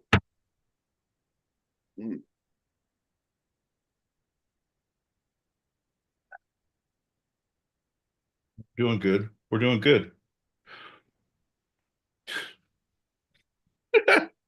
Pilgrim. Shut up. Let's just ask another question. Let's save all the shenanigans for the green room. We're part of the show, John. This is going in the Smithsonian. As anybody knows, there's always 4 questions that are asked in any question segment of the lightning round. So that is the last question. My boy Pete, do you want to take the question one more time, or shall we move on? No, I thought you were going to go to, how would you like to be remembered? If there was one sound, what would it be? I thought you were going to do the actor studio questions. As anyone knows, the last question of the lightning round is the 4 questions that James Lipton says at the end of his. What is your favorite curse word? No, John. I don't like it. Ooh, you can have John. Ooh, that's something for a light round. Think about that. Instead of actor studio, think of bullshitter studio. Shenanigan. The fornication station. Nope, that's not it. You ask the 4 questions, but they would be takeoffs on James Lipton, and you could play James Lipton. So you would do your best James Lipton impression to ask your crackhead questions of whatever they are. If you had to strand one of your family members on a desert island, who would it be and why? No, that's not it. If you could take no, if you could take a vacation with any family, living or dead, real or fictional, who would it be? Second question. Would you smuggle drugs with that family? And also what country? Also, could you bring some from us? No, that's okay. See, okay, I don't know. Do a pretty good Will Ferrell's version of James Lipton. I'll say that. No, but you need to work on it. Okay. You need we need to start doing training exercises, right? We do shows, John, Tuesday, 8 p.m. Pacific, 11 p.m. Eastern. That's 4 a.m. Greenwich Mean, which is sandwich time if you're across the pond. But I feel like, since we have been doing, well, we did one training camp, but if we continue to do the lightning round training camp answers and training sessions, speed rounds, things like that we should probably put it up on Zoom. Let people, it's kind of like a Rocky montage, or at least like bump, bump, bump, bump. In Mother Russia, bump, bump, bump, bump, bump, bump. Well, say hello to my little friend. What is that? Bump, bump, bump. Oh, bump, bump, bump. Bump, bump, bump. Bump, bump, bump. John, coming up Tuesday, two-sided. Come on, John. Ginger John, fuck excited. Gonna do a short segment now. Mama Pete, tell him what's all about. Perfect, folks. Here's the deal. John's going to read a segment from one single source, one headline to rule them all. He's not going to say where he got it from, but he actually is going to say where he got it from. We won't know where he did get it from until he says where he got it from. And I feel like that's the takeaway. It's a surprise. Anyway, single source, single line, single heading.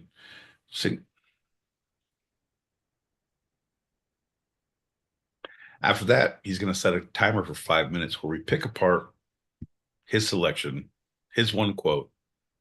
I will ask him for more details. He says, I know nothing. I have this one. I say, why not? He says, I've done 2 segments. I say, why were you bringing more questions to my door? And the timer goes off and we go on to the next segment. When the timer stops, it will not be a hard out. We will be able to sum it all up with a few more questions about why don't you know more? And then we'll finish it up. Did I hit all the points, John? Yeah. Cross all the T's? Yeah. It's pretty good. Okay. Put hearts all on all the I's.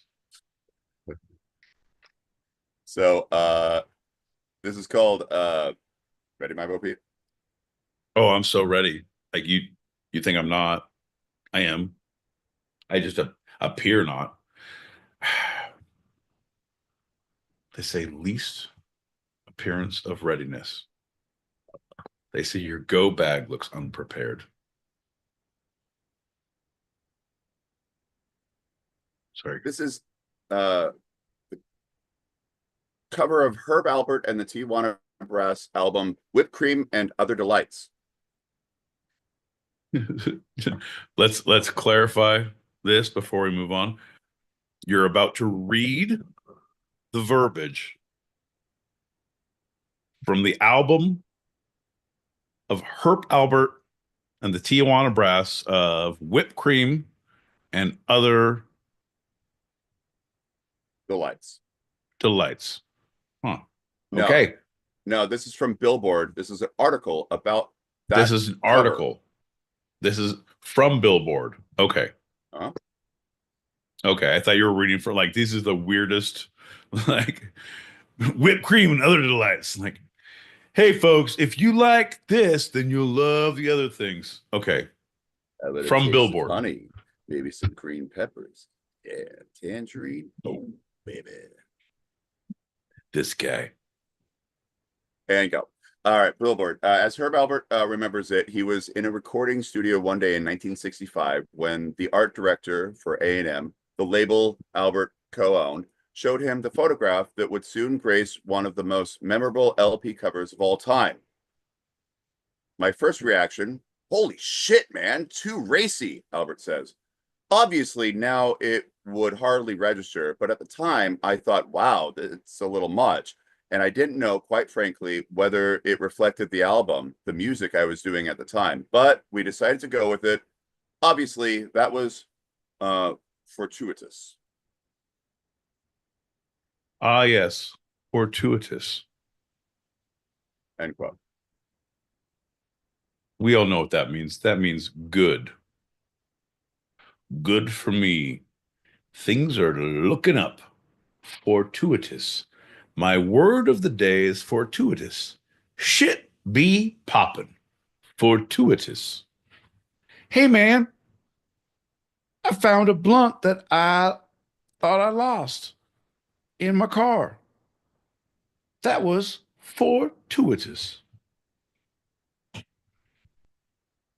Continue. From a straight male point of view, and perhaps from others, this was the sexiest album cover of the 1960s, as many then adolescent boys can to this day vividly recall. Whether or not it accurately reflected Albert's gently swinging, mariachi-inflected instrumentals, the photo surely helped propel Whipped Cream and Other Delights, released in 1965, into the #1 slot of Billboard's a list of top-selling LPs for 1996, beating out the Beatles, Frank Sinatra, Nancy Sinatra, and the Stones, the Mamas and the Papas, Lou Rawls, and Barbra Streisand. Well, I hope you're going to put it on the YouTubes. Huh? Thank God. It's about time you do something visually other than just sitting there looking all gingery. See how I didn't even swear? Hey, bud. You can change this. Visually. Oh, no. Looking all gingery. See how I didn't even swear? That's way too racy, John. So hey, the bud. triumph wasn't a fluke solely attributed to art direction. Oh, Albert and the no. Going Places of 65. See how I didn't even swear? Now, My Love of 66 held the third and fifth hey, triumphs. It wasn't a fluke solely attributed to art direction. Going Places of 65. See how I didn't even swear? My Love of 66 held the third and fifth triumphs. Cover on the 2 songs attributed to art direction. Going Places of 65. See how I didn't even swear? My Love of 66 held the third and fifth triumphs. Cover on the 2 songs attributed to art direction. Going Places of 65. See how I didn't even swear? Am I looking for six or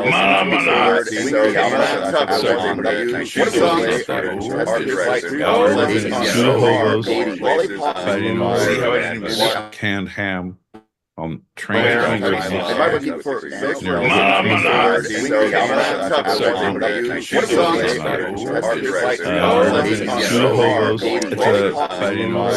it's a canned ham. It's a lot of whipped cream. Am I looking for six or You're all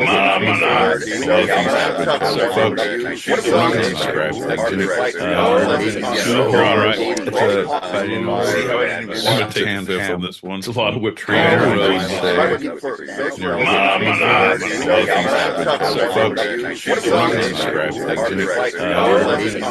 all right. Oh shit! Hand on this one. It's a lot of whipped cream. It's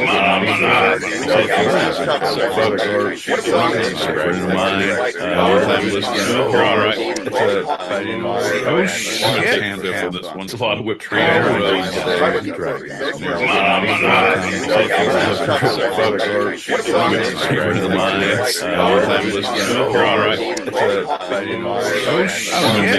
buddy. It's a lot of whipped cream.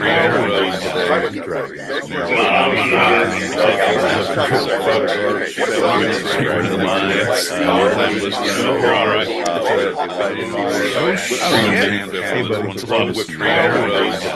One hand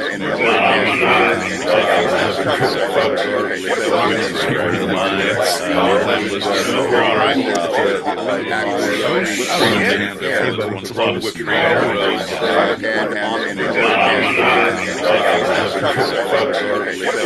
And the other one is licking whipped cream.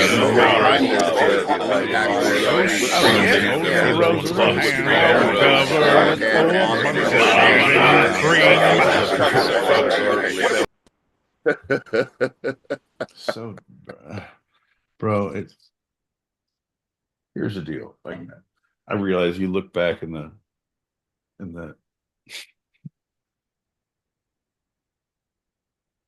the times when album covers were meant to be provocative in the best of ways.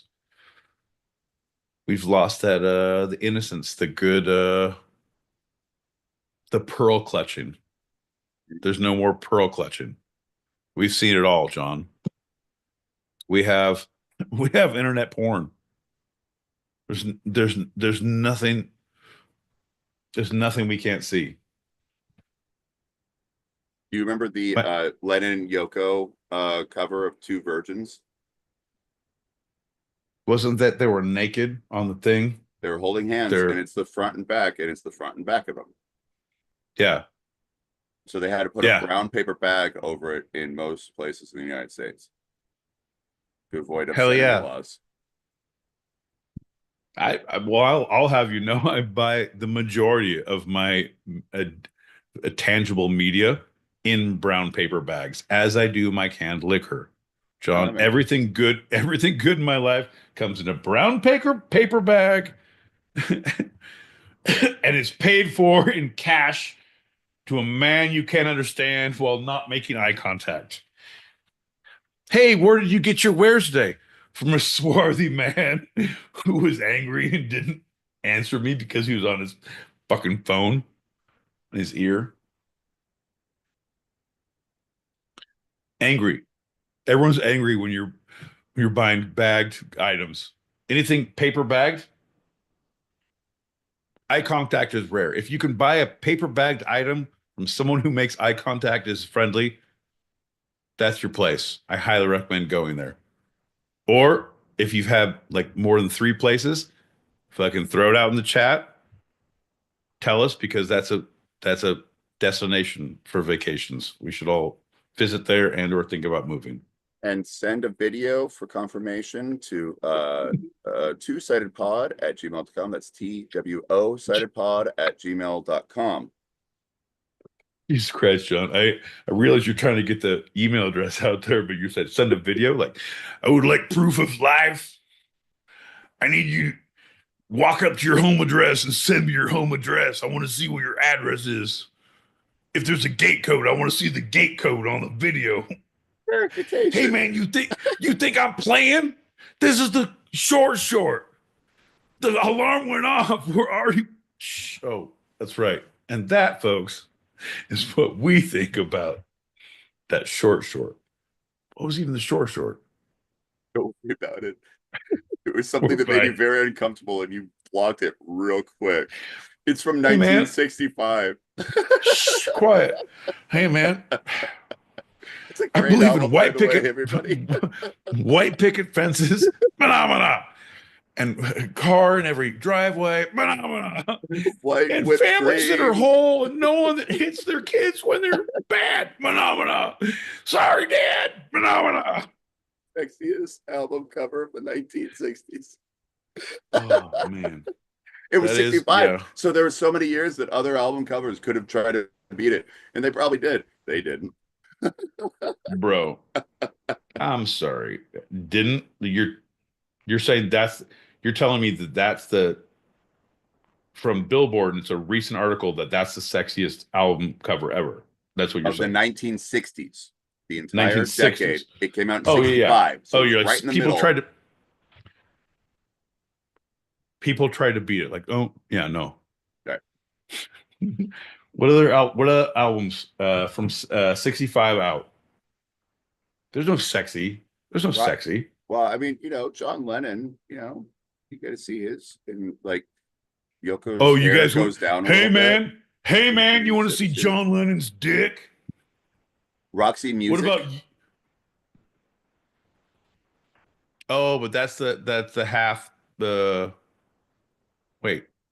Which one is that? Roxy Music? The two topless women. Oh, I thought that was a half. I thought they were sideways. No, the two. No, No, they're looking. I haven't seen that one.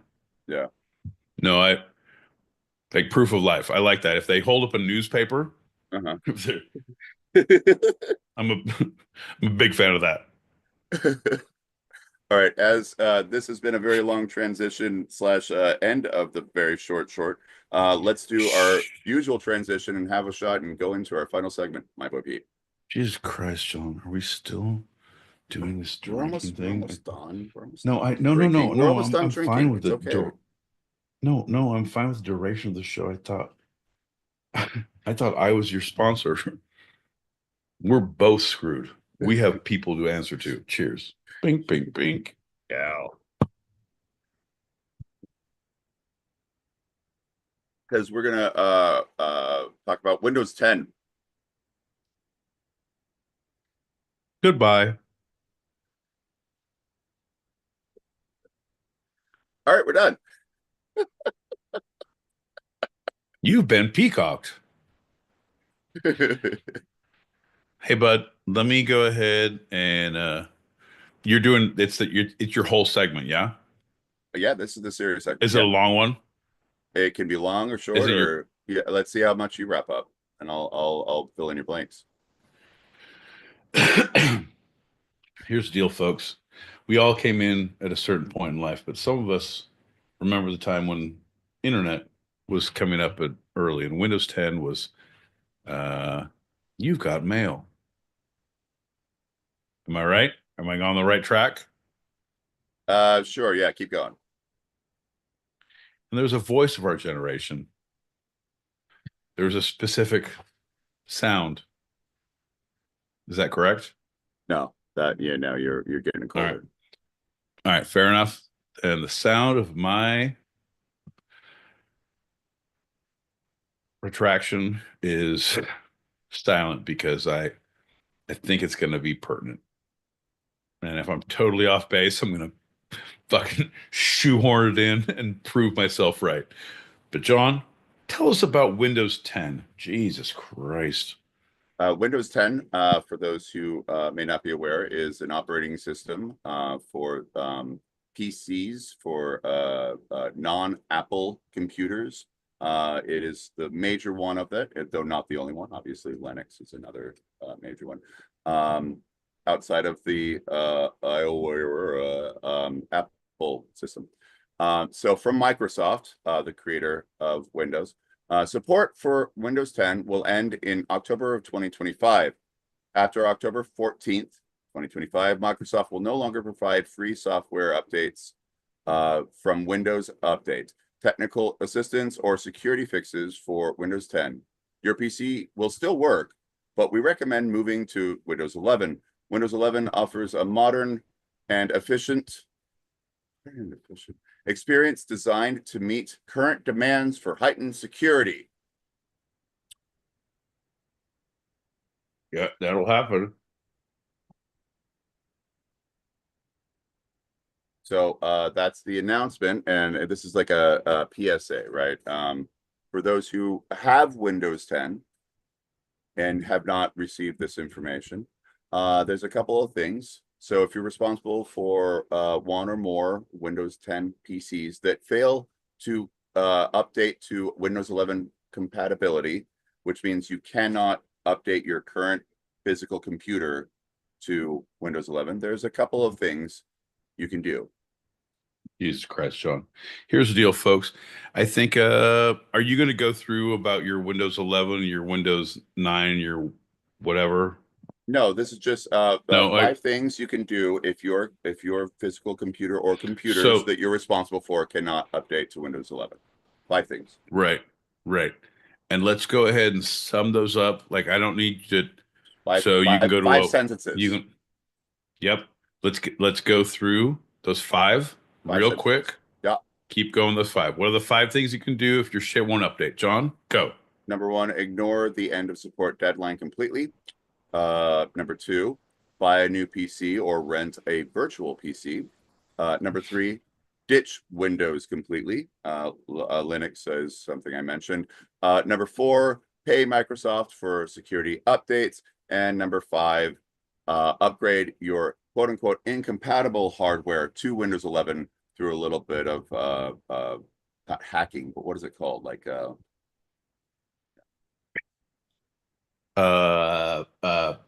Swash and buckling. I think that's Jerry and Mandarin. Jumping through a couple technical hoops. That's right. Practicing your Kegels.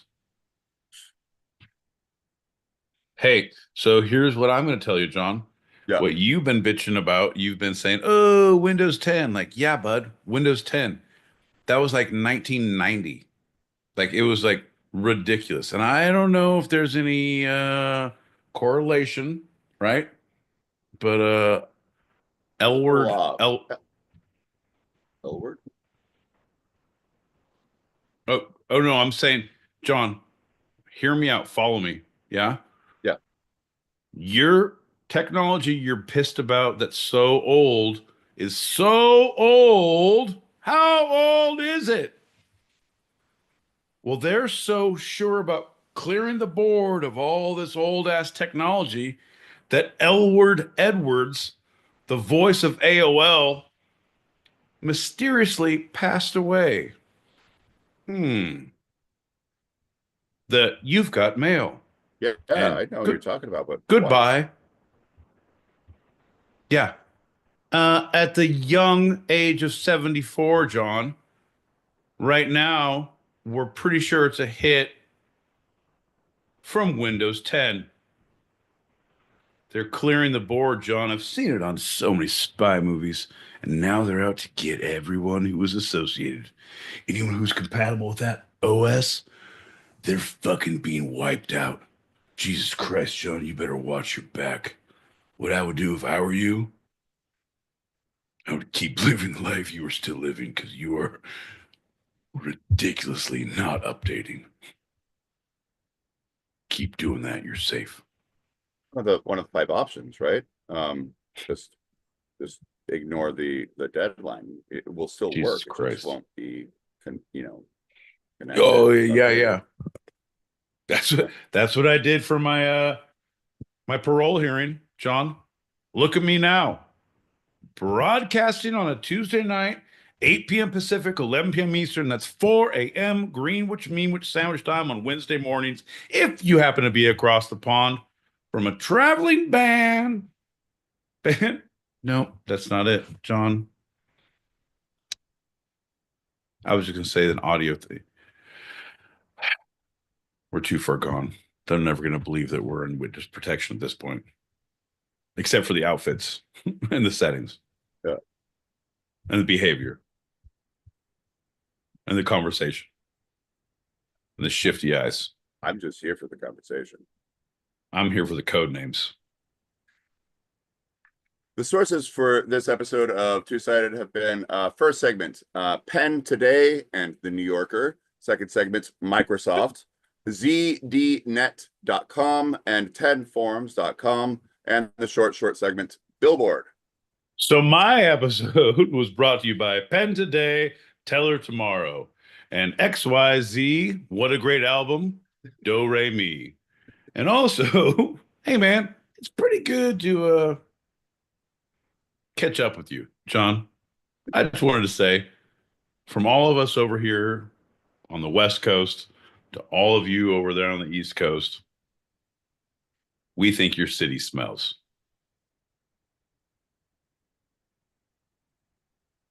The reflections of My Boy Pete do not necessarily reflect the reflections of two. Oh, no. No, but we love you. And we are one in the family unity. And we get together at holidays and Tuesdays, 8 p.m. Pacific, in the holiday spirit, 11 p.m. Eastern, no matter what religion you are. That's 4 a.m. Greenwich sandwich time on Wednesday mornings for any denomination, however you worship. Greenwich sandwich time if you happen to be across the pond. John. My holiday wish, John, is that everybody sticks around, is that everybody stays here, stays present, and stays right here in the pocket for the two-sided green room, right where we get to just dissect this, where we all pick apart the holiday spirit and what John really brought to the table about cults, about community, about what's really going on. And actually that brings us to, now it's time for your favorite game and mine. My Boy Pete, what's the through line? Calendars. We should all get Advent calendars tonight, and we should fill them with weird shit. You guys, hear me out. All right. So we're going to do a party. John, I just realized I'm going to do a party. This is my holiday party. Everyone brings Advent calendar. But you all fill it with weird knickknack shit or really cool shit. But it has to be an Advent calendar thing. And then it's an Advent calendar opening as a group. And we all fist fight strip. Nope. We all Yule log. Shit. I don't know. Advent calendar party. You guys figure out how we do it. Talk about it in the green room. Go. So what's the through line? Through line. We should have a party of today's episode. And its theme should be Christmas. Oh, wait. Oh, sorry. I was really thinking about the holidays. John. Boy, what day is it? John, what day? Tuesday, sir. Tuesday, what time, John? Well, 8 p.m. Pacific, 11 p.m. Eastern. Well, 4 a.m. if you're across the pond, sir. On Wednesday. It's not too late. Boy.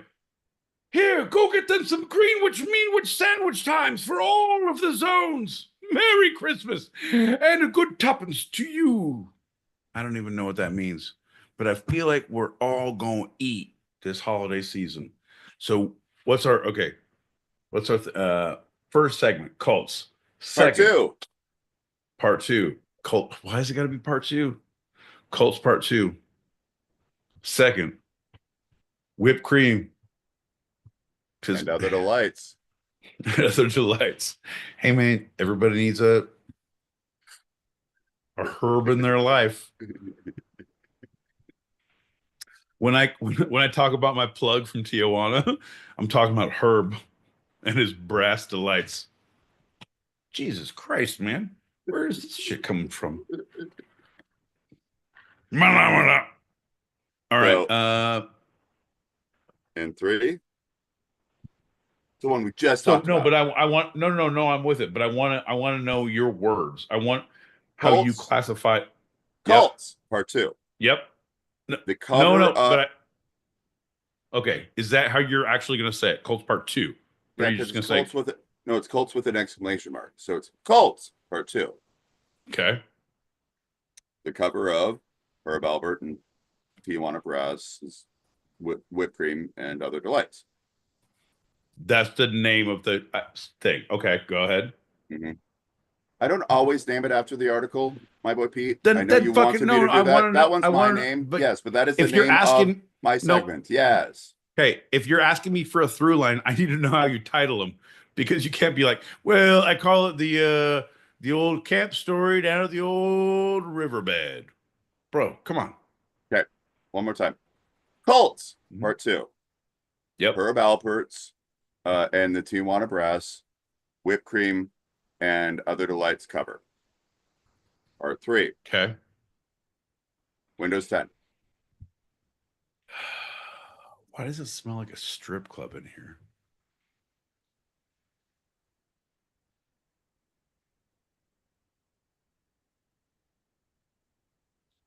Okie dokie.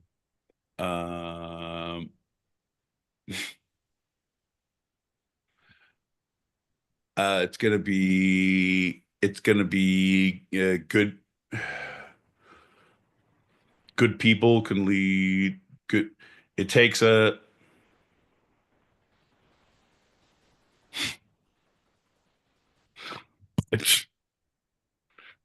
I'm so sorry. I blacked out the third. What was the one we just talked about? It was Windows 10. Windows 10. Yeah, no, because you need to delete it, John, as you need to delete everything. There's a time for change. In every time, spare the time, we're in a bird. Come on, John, you know the rest of the words. So, Cults will make you do bad things. Cults will make you take your clothes off and pretend you're in whipped cream. Cults will make you delete your favorite Windows media. Cults, the answer. Cults. No, there's times these are changing. Things that were once accepted are no longer accepted. We have grown as a society. Hey, the times they are a changing. that's right, my boy Pete. Time keeps on slipping into the future. Time is on my side. In the future, yes, it is. Maybe later. Oh shit, I'm late. Okay, I'll see you tomorrow. Before we get out of here, my boy Pete, is there anything from this episode you'd like to take a second glance at, a second look, a second thought, a second opinion? This is Pete's Retraction Corner. Well, first off, John, I would like to get tell you to get a second opinion on that mole you showed me in the pregame on your shoulder. That looks a little aggressive. and you're right, it does look like Lincoln. Weird. My second opinion is John, I would like to be more in the moment. John, I want to be more in the moment. John, I see a new future for us. John, not for us. Want screens. I need screens here. I need screens there. This little one screen bullshit little camera here. No, sir. Bigger, better. I need your dumb face here. My dumb face there. Ooh, to look at. Where to glance. Camera 1, camera 2, camera 1, camera 2, camera 1, camera 2. I know I'm looking in 3 different directions and saying the same number. I've never had that many cameras. Just saying. 2 cameras. Yeah, man. And a little respect, John. And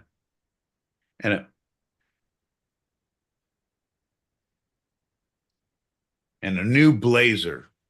One of those cool ones. You know? Uh-huh.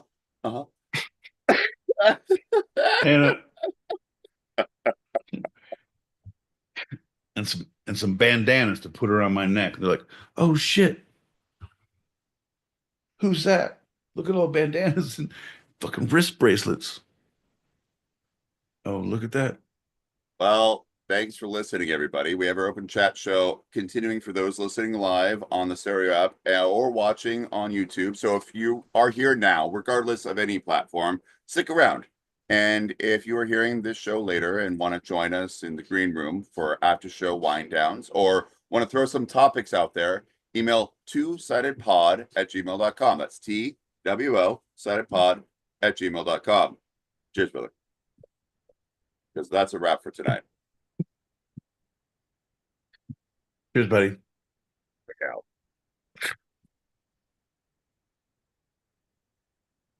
I'm John L. Peacock out in Brooklyn, New York. I'm my boy Pete in Southern California. And this was our show. You can eavesdrop wherever you get your podcasts and even join us live, both on our YouTube channel at Two-Sided Pod. Two-sided, two-sided. Every morning you greet me. Shh, John, one of the greatest hits that we've done on the Two-Sided Pod discs. If you call now, folks, you'll get the tote bag and you'll get the CD with John L. Peacock singing the hits like Two-Sided Podcasts. And also, The Hills Are Alive with the sound of two-sidles. John, tell them else what they want. All one word. And the stereo app every Tuesday, 8 p.m. Pacific, 11 p.m. Eastern, as we talk about the two sides of life, the serious and the fun, here on Two-Sided. I love you, Pete. John, you're going to make dresses out of curtains. As we talk about the two sides of life, the serious and the fun, here on Two-Sided. I'm two-sided. John, you're going to make dresses out of curtains. You're talk about the two sides of back. life, the serious Look at and you, the the green fun, room. here on Two-Sided. The things that we're going to talk about next. John, you're going to make dresses out of curtains. You're talk about the going two sides of back. life, the serious Look at you, and the the green fun, room. here on Two-Sided. The things that we're going to talk about next. John, you're going to make dresses out of curtains. You're talk about going the two sides of back. life, the serious Look at you, and the the green fun, room. here on Boys and Two-Sided. girls, the things that we're going to talk about next. We are now in the green room. Apparently we didn't rehearse this, but we were going to do a whole number here.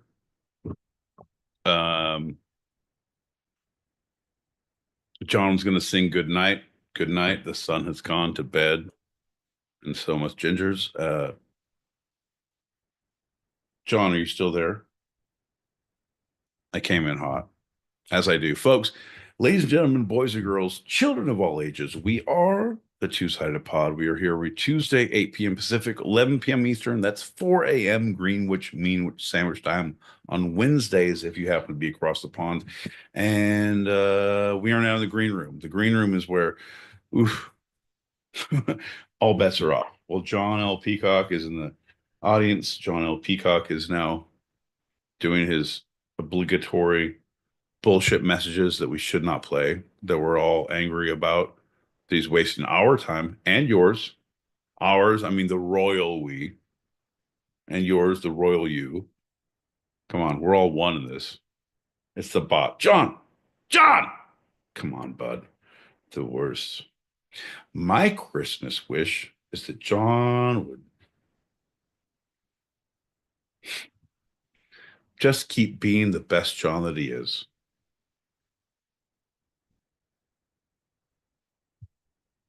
Here he is, folks. Ladies and gentlemen, boys and girls, children of all ages. You've been waiting for him. You've been asking for him. Well, now your wait has been rewarded. He's the man of the hour, the ginger with the power, the one who cannot, will not, shall not be stopped. John L. Peacock.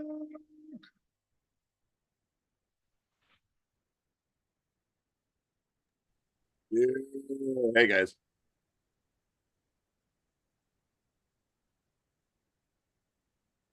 Folks, well, it's back to your favorite show of mine, John L. Peacock, asking for the admin button, which has already been provided. And he's literally walking down the hall. So are we muting? It's all these messages go very muted. So I changed the thing I needed to do. I'm going to mute, and you're going to play the messages, and I'm going to mute you on the Zoom, or you do it yourself. Yay.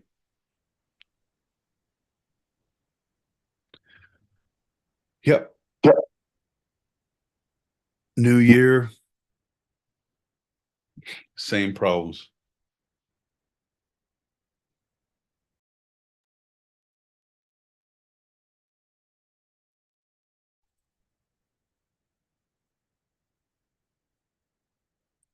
$99 problems.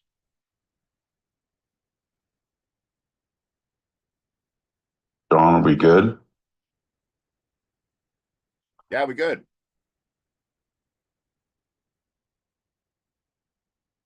Jeez. Fair enough. I'm going to pop some packets. Folks, it's a new year. It's a new day. A new life, as though they say. Here we go. Hold on. Yeah, no, I'm rolling with my friend Mike. He's like a What up, Mike? Dumb Ways to Die living life. The stories. Oh my god. We're almost done, folks. Halfway there. Now we just gotta unload them from the truck. Oh my god. Will this night ever end? I hope not, because you guys are fun. Hell yeah. Hell yeah. Fuck yeah. Good on you, Mike. It's always good to have, like, if you're rolling on shit work, doing it by yourself is rough. Doing it with a piece of shit is even worse. But if you have a partner, man, it's good. It makes the night go better. It makes the bullshit go easier. Good night, gentlemen. Great show. Great fun. You know, keeping the sperms dead as needed. Appreciate you guys. Jono, Peacock, and my boy Pete. Thanks for another lovely Tuesday evening. And shout out to the Foxes. You guys are marvelous. And all your other listeners. Yeah. Darby goes. Out. Good on you, bud. Cheers, man. Be safe. Gentlemen, I'm so glad you're alive, so close to 2025. Oh, I didn't even mean to make that rhyme like a nursery rhyme. God dang it, I was fucking up with it. Hey, John. Hey, Pete. You guys were talking about you got mail. It's funny. It reminds me when I used to hang out with your moms, and it used to be like, your mom got nailed. Deluxe. So she got nailed. She would make us pancakes. I miss your moms. Both of them.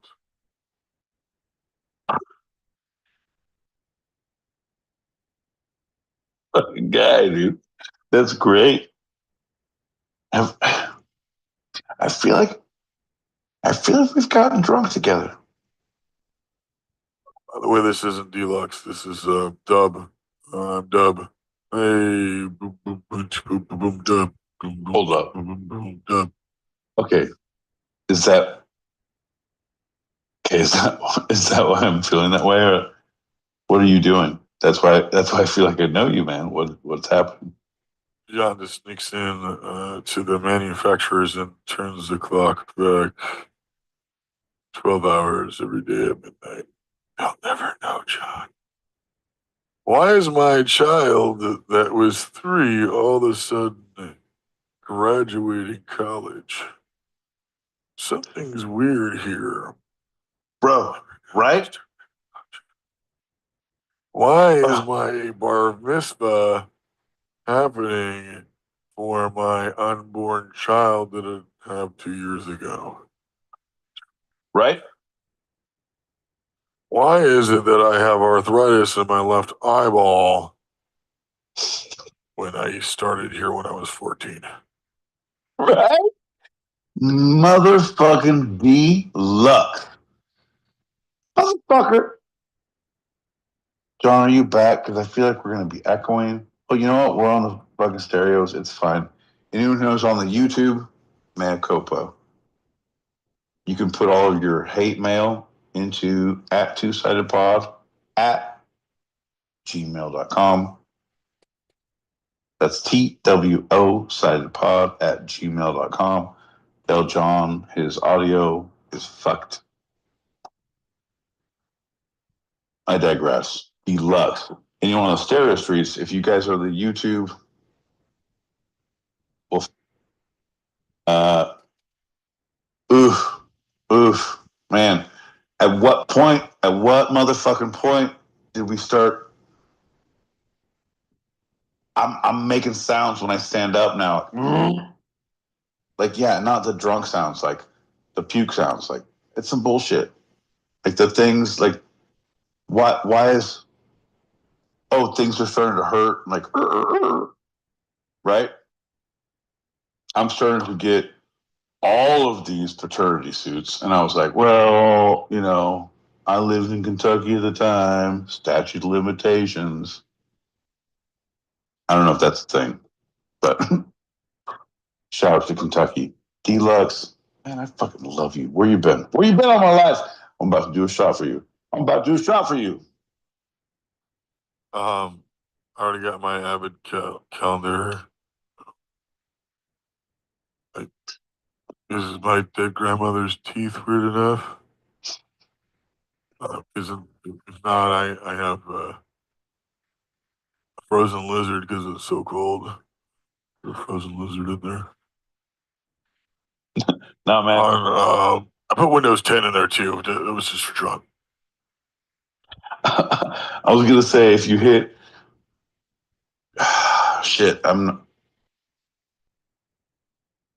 if you throw grandma's teeth into the advent calendar and you like go little to big and get like the cane, like the frontals, the canines, the like the back end, the molars, and then like 25, you get the frozen lizard. Dope, bro. You're in. Like you're coming to the party for sure. I have a dude who's pretty good at rapping.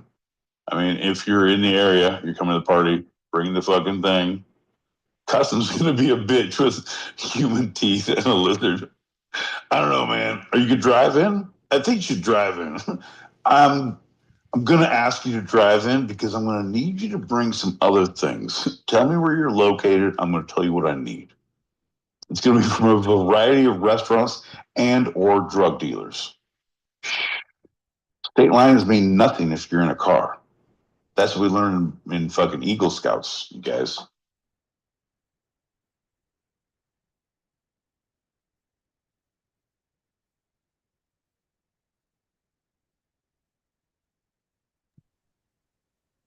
What is? John L. Peacock and my boy Pete, together they live on the two-sided streets. On Tuesday night, 8 p.m. Pacific, 11 p.m. they go. Nope. I forgot the rest of the words. Again. Yeah. Shh. I was just so glad you're back. It was like what was the old racing game? Fucking The oil slicks. No, the ones with the four cars, the trucks that you race around the thing and you had your turbos. The trucks and you had the cars and it was a racing thing around a track that you like. What is the fucking game? Jesus Christ, Sean. Bird's eye view kind of thing, right? Yes. Fuck, I feel like a bird's eye view right now. I was about to go play your message. How about this? How about for the sake of all humanity, for everything that is good and pure, how about that I take a moment, gather one's thoughts. You play the next few messages. I'm just going to throw in some shit here and there. Shh. Quietly, like a gentleman, taking a piss. Like one does.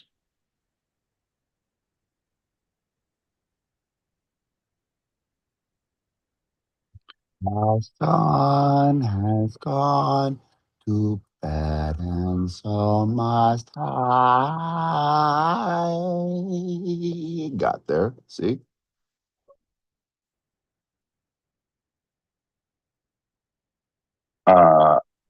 Make sure you are plugged in so that people can hear on YouTube. You know what I mean? You're good. You're the worst.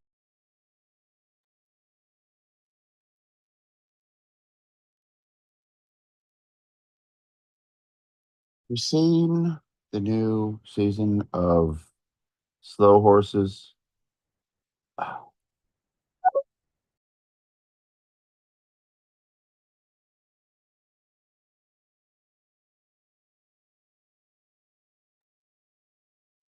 That's all the messages that I have, and I think you'd like to be back for the last message. So I'll just take this moment to say, hey, fun episode with you. I know you can hear me, but you're doing the whole tinkle tinkle, as you love me to say. But yeah, this was a good one. It was also efficient.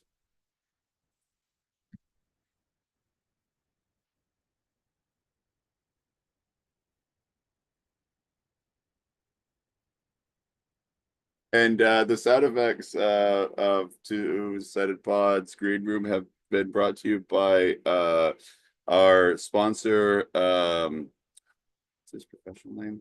Wait, what's his real name? Wait, isn't he on here? Oh yeah, Joey. Hey, nice tinkle tinkle sounds. Thank you for adding those in as he came in, and also by lightning round guy. He can't do much, but he can do without you. I don't know why you had us write that, but all right. Well, those are our two new sponsors. Anyway, and Galactics, I'm sorry, the artist formerly known as, and the music is brought to you.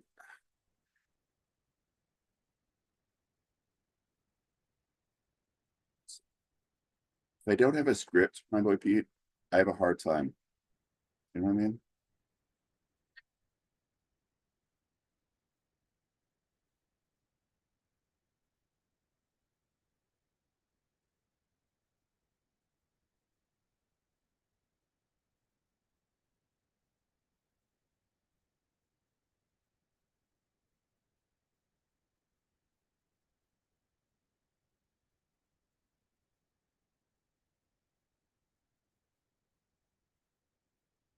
Oh yeah, yeah. You on mute. You come back. How about All right? how about you? You unconnect. How about you shut the fuck up? Sorry. You've been so good this episode. I Well, the know, episode's but here's over. the deal. So yeah. Hey, Tourette's out, my friend. Tourette's out. It's so weird. That's the tattoo I got with my knuckles. Too many letters. People don't notice that when you yell it at them and put your fists out. Tress out. Fuck, shit, cotton balls. It's a good time. They're like, how many your thumbs in there? How many fingers do you have? Hey, do you know that when Mel Brooks put his handprints in the Hollywood Walk of Fame, he put on a prosthetic finger, so he has a sixth finger on his left hand. So he has 11 fingers on his imprint. I very recently learned that by seeing it in Hollywood. Very recently. Very recently. My last trip out there, actually. Yeah. But I did not know that until then. Yeah, I was gonna bring that up because you didn't call, you didn't write, and I was like, I don't know I don't know why you didn't include me in your visit. And the thing is, John, when you learn things, I need to be there to facilitate, John. To your simple mind can't take these facts, John. He's not an alien, John. He's a comedian with a prosthetic finger.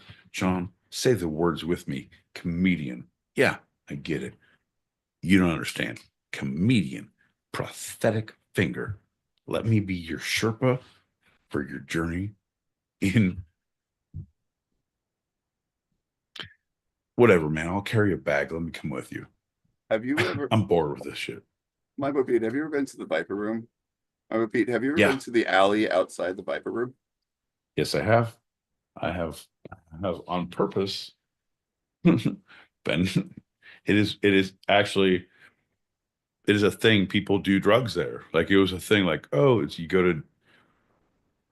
I was in Paris for Jim Morrison's. I'm like, oh, people are doing okay. It's a oh, here's the thing. Okay, you do that. Interesting. Like, well, Of those two I'm places, I know two distinct people who have never done drugs at those respective places. That would be River Phoenix and Jim Morrison. well, the whole thing is, John, those of us in the peasantry, in the land of the lost, we get in where we fit in. We smoke them where we got them, as they say in the industry. Living in the land of the lost. You're not dying in the land of the lost. You know what I mean? No, 100%, man. I'm just hanging out for a little bit, taking pictures. Hey, man, can I bum one? No. All right. Can you take my picture? Cool, man. Don't steal my phone. And posting that one, and I'm out. Oh, you know what they say? Get busy living in the land of the lost, or get busy dying. Right. What they said is there's dinosaurs in the land of the lost. No, no. Don't start doing dinosaur shit now. It's way too late for dinosaur shit. Well, Brooks was there, and so was Red. Right. Fair enough, bud. Fair enough. I'm back. How about you? Yep. Right. Are you ready, Freddie? Here we go. Daddy-o. Daddy-o. My guys, my guys, bringing the festive ho, as I do. Not gonna lie, I went out last night, had a couple of drinks, and I slept all the way through. Forgot to set my alarm. I'm so very sorry. And then just as I woke up, I came into Windows 10, and I thought, Jesus Christ, I'm gonna have to be careful not to fall back asleep. I'm sad that I missed the cult stuff though, because as you know, I'm a massive cult fan. Good morning. Morning, pumpkin pie. Good morning. Good morning, love. Hi, Jill. Oh, man, I'm so jealous. So my buddy is going out to see his fiance in St. Ives, St. Ives, St. As me and my four wives were on the way to St. Ives. What is the poem? What is the thing? St. Ives, St. Ives, St. Ives. Keep on saying that word over and over again. I'm still not understanding what you're meaning. What's it? Okay, so what is the riddle? As I was on my way to St. Ives, I met a man who had four wives, and his four wives had four something, and those four things had those four wives. How many were on their way to St. Ives? Ives is the town. Ives is the town. Ives is the liquor, malt liquor. 15. No, that's when lions lay down with lambs because they've been drinking malt liquor. Ives is the beach town where we go for lollygagging and shenaniganizing. The answer's 1, right? As I was walking to St. Ives, I met a man with 20 wives, and those 20 wives did 69s with other wives along to St. Ives. So 69s for 20 wives, and those cuckold husbands. Nope, that's not it. To realize they are the lies that then no, because the only thing that moralize and justifies the 69s to St. Ives. And the thing is, I'm not truly a published poet right now, but I have a couple pieces into Reader's Digest, so I'm being considered. I sit on the toilet, though I'm torn apart. Thought I was a poopin', but only made a fart. So there I was, a bulldogging in a park in the UK. I left my lights and doors open to say, hey, hey, hey, hey, hey, because apparently polyamory is big in the UK. And that, I'm just, so my buddy is going to St. Ives. St. Ives. Yep, St. St. Ives, Ives. yes. Ides of March, yes. No, Ides of March is that's the lambs and lands. Lambs, lions, that's the cats and the dogs, the peaks and the valleys. Ives, Saint. Yeah. We're talking about that one, not the other one. Yeah, no. Right. One is a malt liquor.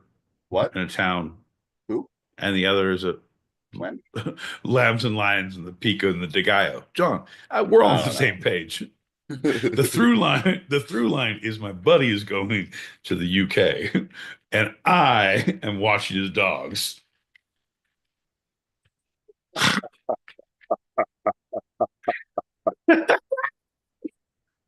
Oh, Jesus H tits, John. I also will second this if we get a nomination, a secondary, because here in the YouTube comments, we have Julie Prunes coming in and request a section on dogging. In the John, look, log in to your account on Adult Friend Finder or YouPorn, and then put in dogging and see what comes up. It's a really good thing for tourism. It's good in Birmingham, Yorkshire, Tottenham, anything in the Welsh area. John, that's not true. I don't know, but it's a good watch. Look at him. John's going in now. Hey, bud. I'm not going to say it. I'm not going to say it. That's nice. I appreciate you.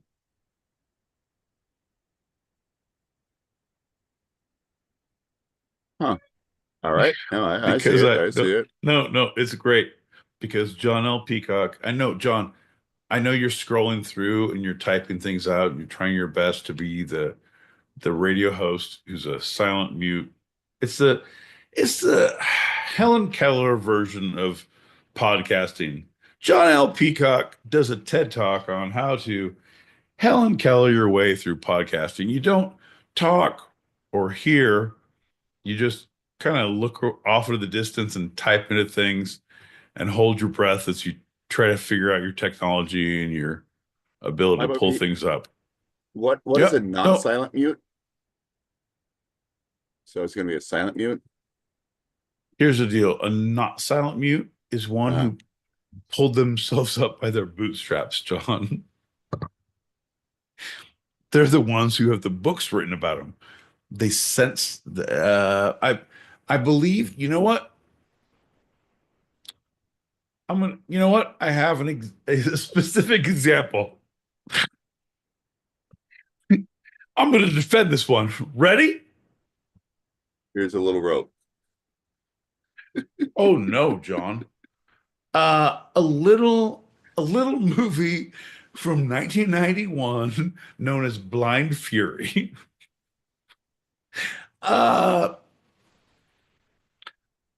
Man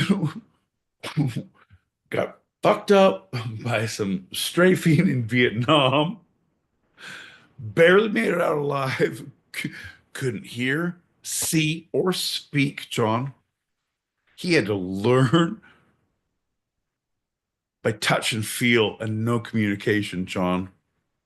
Okay, fair enough. His hearing came back. All right. And then Could he speak? But then he was, yeah, well, he couldn't speak the language. So I'm Was it a that's cipher? pretty. Is this Well, a John, cipher thing? John, it's pretty much it's in the pocket of a mute, a foreign man in a foreign land. It's such a supple wrist. Traveling man with the travel known. A traveling man in a place unknown.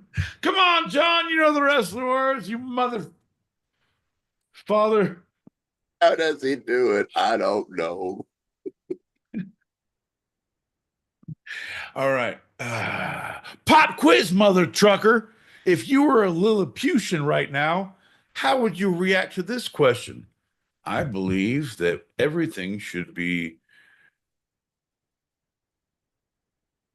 more spicy in our food. What would a Lilliputian say, John?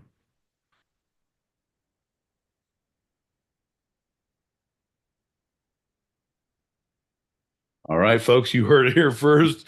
John L. Peacock said it. Wow, right to the point.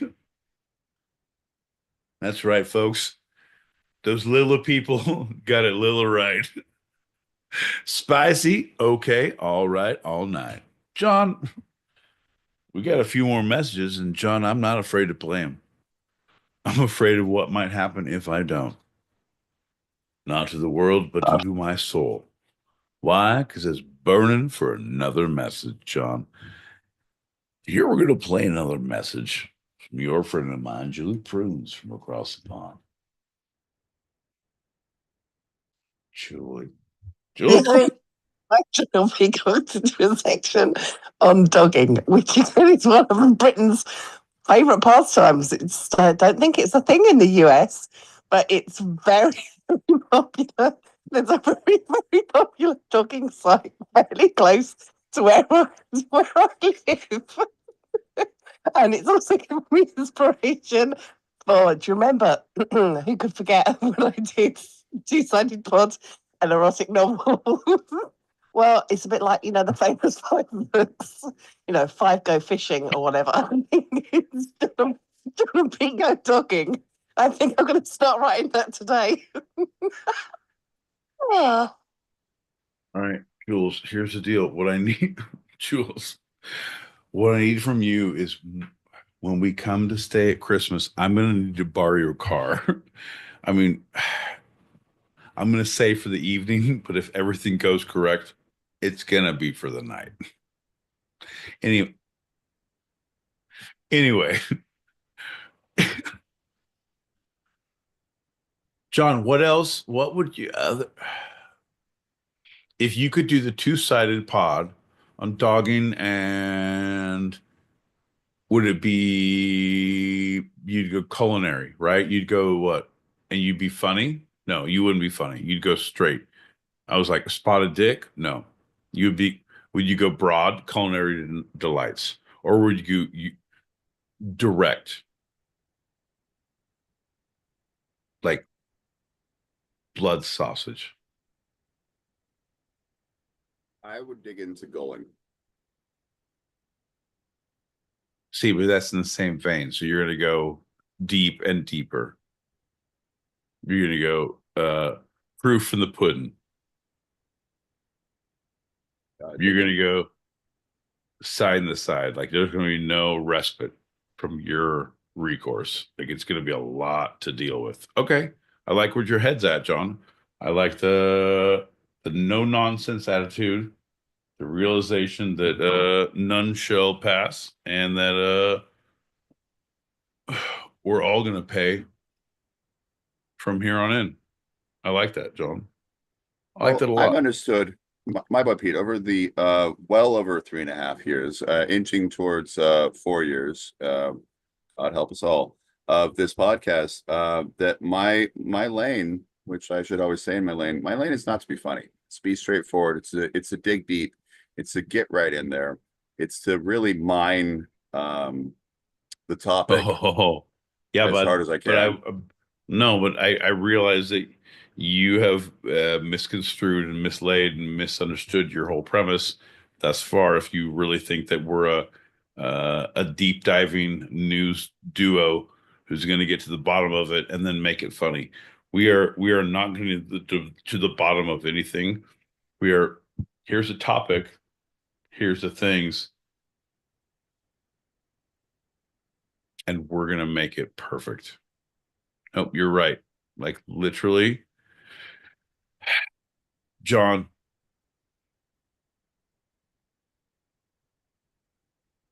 I think it would behoove you to reinvent your idea of yourself and your role,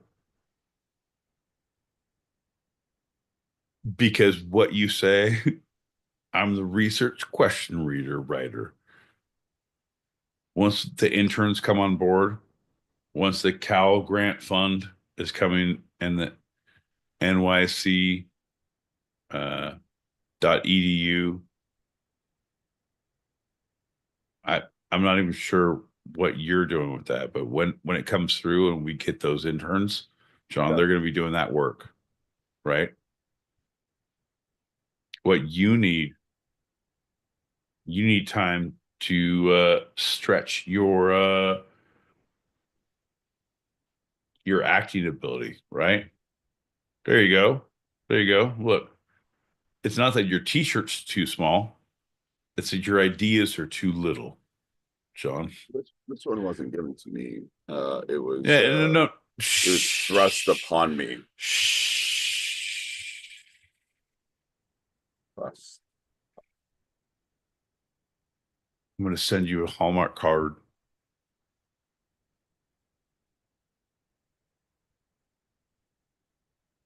Is that the end of your statement? Yeah, no, in my mind, I'm writing it. Like, people don't need to see it. I'm going to get Joey to sketch it out. Like, nope, no one needs to hear about it. Because that's aggressive and it could be used against me in a court of law. Folks, if you like what you're hearing, if you can't believe you understood, if you don't know why we're still here, well, folks, neither do we.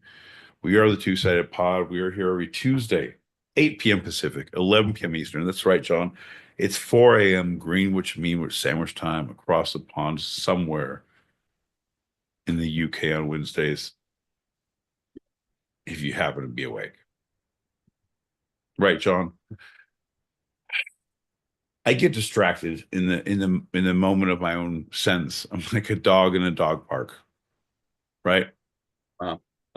That's why I keep a bunch of plastic bags in my pocket at all times. I can either be environmentally sound and bag my own groceries at the store as I check out, or if people find me in the park, they can pick up my poop if I've gone astray. See what I mean, folks? Always on point. You throw a plastic bag at them as you're pooping walking away. No, John. They usually see me in the act and start yelling at me, and it's falling out of my pants at that point. Like, and it's like they get the drift, and when I start like and trying to kick over the grass, like they take like 3 minutes. Yeah, it's a whole thing. Like, we're in Southern California. People like dog owners, they get it when someone's trying to cover up their shit. They're like, "Oh, there's a bag. I should probably pick up that shit. It's a park. Kids are playing." Yeah. And if they don't, I was like, nothing to look at here, folks. And then I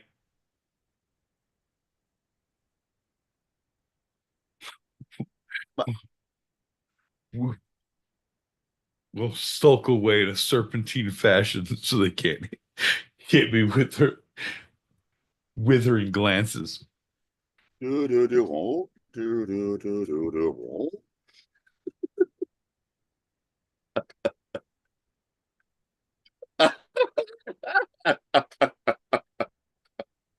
Worse. All right. As you were saying. All right. Ooh, what were you saying? What were you saying? John, inquiring minds, stupid people want to know. What were you saying? Well, we were talking about dogging and gulling, and I was saying I need to stick in my lanes and do the deep dives of the research so that I don't need to be funny. And so I wouldn't try to go the funny route of the dogging and gulling. my boy Pete, and that's I think what led us to the next thing. No, I think you're actively trying too hard. You're now on YouTube and you now have ability to read things and you're trying to do things and make sense of what is being thrown to you and be witty about it and like, I'm gonna make a plan right now. We're all exchange numbers and we're gonna hang out next week. You're the dude of the rave who's making best friends with everyone. Hey, you guys, I'm gonna do a rhyming scheme and a thing on this. I made a note to myself, like, yeah, you're gonna. Hey, man, no one wants to hear your fucking mind stupidity right now. Like, hey, man, put that shit in your pocket, put the note in your hand, and do it the next time there's a show. Don't talk about your fucking mind vomit right now, right? No, that was an actual recap of what we talked about before, my boy Pete. I was not trying to be witty. I was trying to help you. No. You don't remember any of that at all? No, I do. Because you said you were going to do the dogging and the gulling. You're like, now I'm going to do a rhyming thing. Because Julie said, oh, Cockney rhyming slang.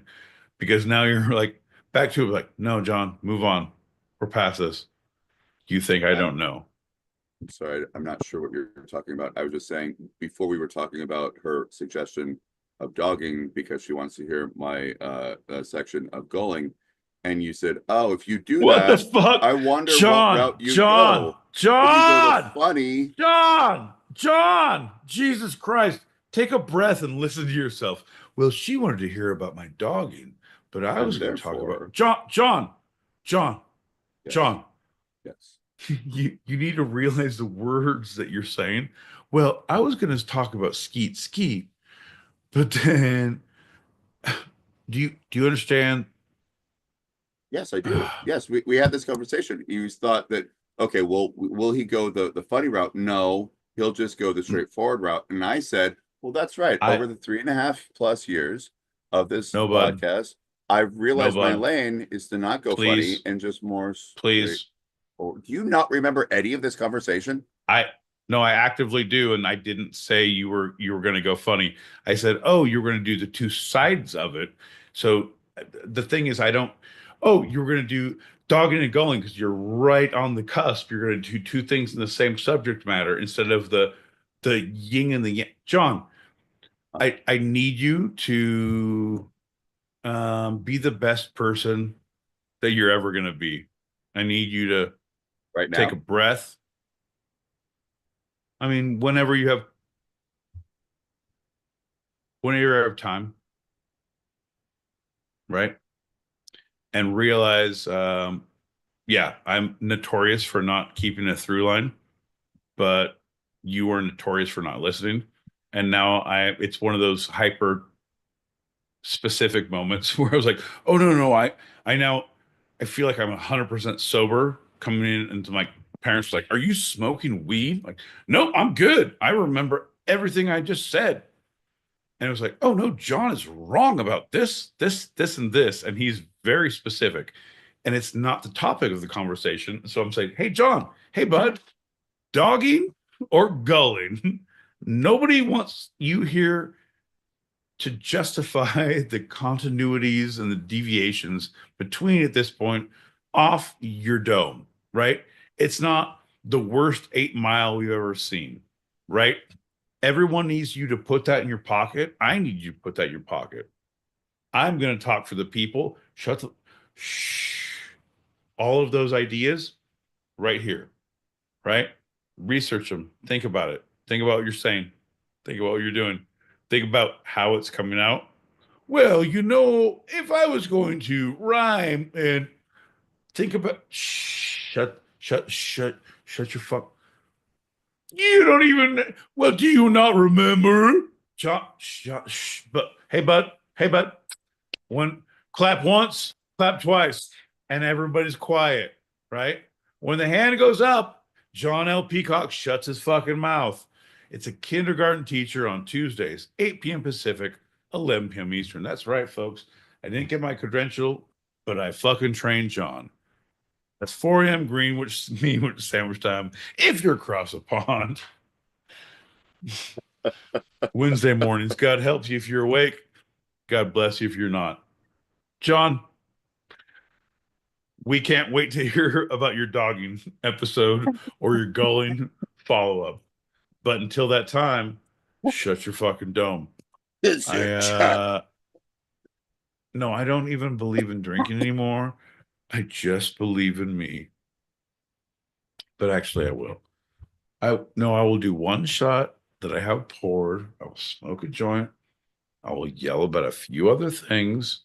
And then, John, I'm giving it 11:30. I give 28 minutes.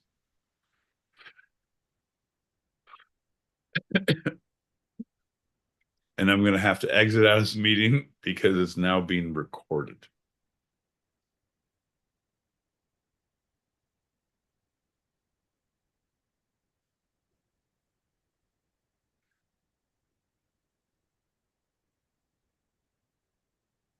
Motherfucker, this was the best episode we've had in 3 weeks.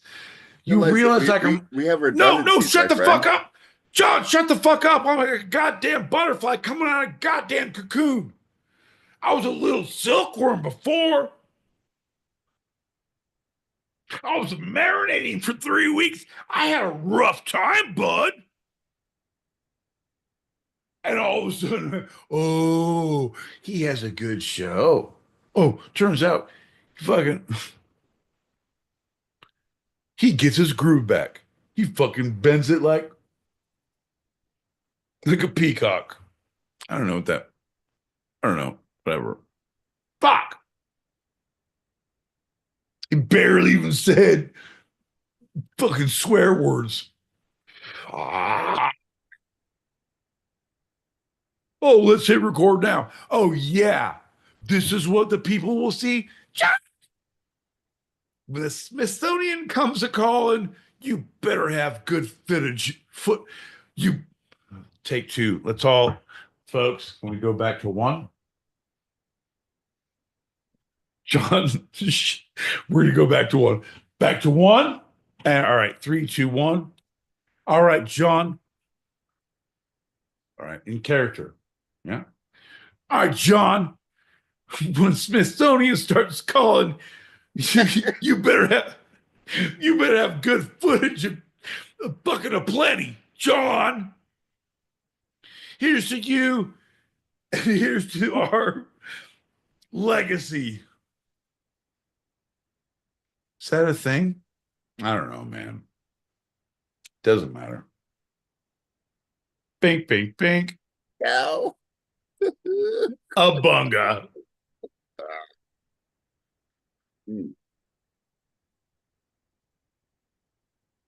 I repeat, redundancies. We got redundancies. Don't worry about it. No, here's the deal.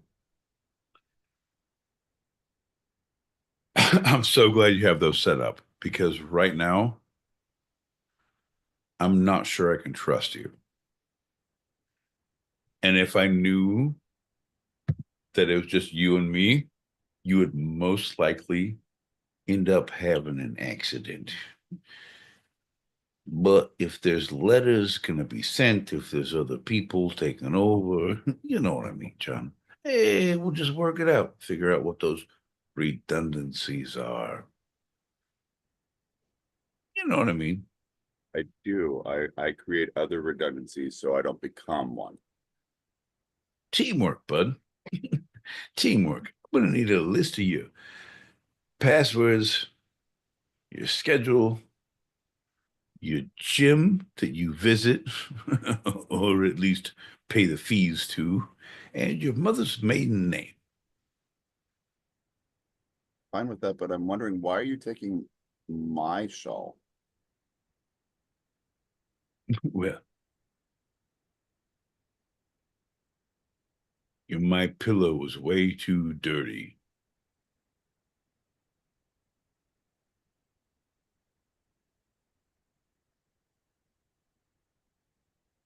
Stains, John. I'm gonna be honest.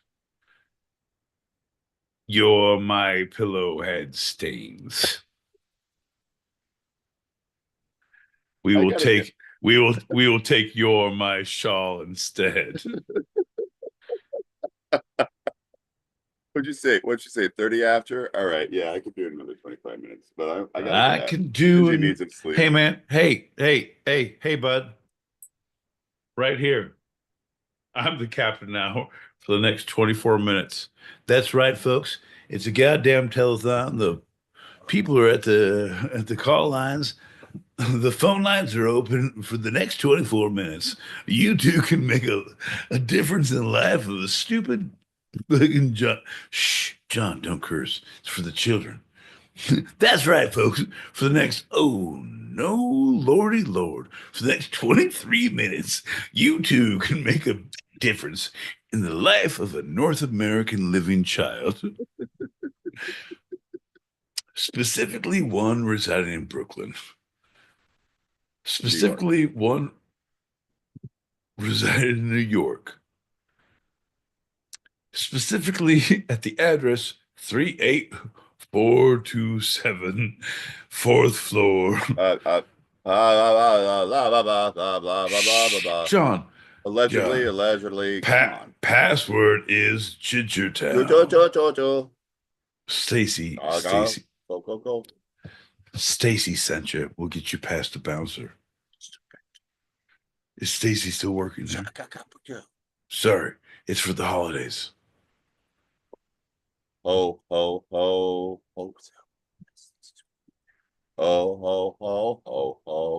Cow. Fair enough. So what happens? The elf on the shelf knows a little too much information, folks. Turns out into a my boy Pete on the street. That's right. Telling all your secrets to everybody for the holiday seasons for the low price of $49.99.99. That's right. It's less than $1 billion. I don't know how to do math, and neither do you. At this point, my boy Pete on the street will come to your holiday celebration and cut to the chase. That's right. Hey, Grandma, where's the inheritance? My boy Pete on the street asks. Christmas morning. Oh, he was on the shelf before. Where is he now? He's now in the garage saying, Dad, where the fuck did you leave the safe combination? I will be in the street. Gets to the cut of all the family holiday problems. Sorry, why is it all financial, John? We're not in this for the money. We're in this for the holiday spirit, John. Sometimes my boy Pete just pops up in the kitchen, says, Grandma, where the fuck are the potatoes? And my boy Pete, that's the most honest thing you've ever said throughout our entire time here. That's right, folks. And you heard it here first, Grandma. Where the fuck are the potatoes? Inquiring minds actively want to know. We're not in here for the financials. We're in here for the holiday season. And sometimes my boy Pete pops up out of nowhere and says, Ho, ho, ho! I'm going to eat some.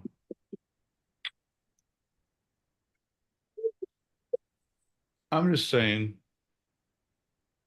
you guys, just take the time to gather around the ones you love and yell at them for not feeding you fast enough. Sinner. Right. Also, if they're not praying enough or if they're praying too much, make sure everyone, what category you're in. Everyone make sure they're right at happy medium. That's living up to your standards. Because the one thing I've learned about the two-sided pod is there's a specific way of living. And if you're not doing it, you're not living the life. Folks, I don't know if you caught her step 2 of cults, but I think I'm halfway there. You guys, we're having a good time, right? It's fine. We're having a good time. It's like what Carlin said, when you're on the freeway and the people who are slower than you are a-holes and the people who are too fast are effing crazy. Yeah. Yep. He definitely said effing crazy. John, the one thing we know about George Carlin, he loved his alphabet. A. F. Probably a minor. They not like us. They not like us.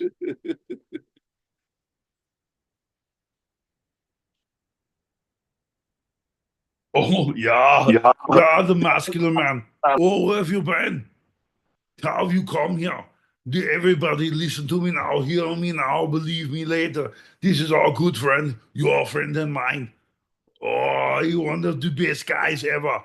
Oh, fucking goes dirt out the time. Fucking rides badass. Fucking gets to it, dude, style. Go to the dunes. Get to the dunes.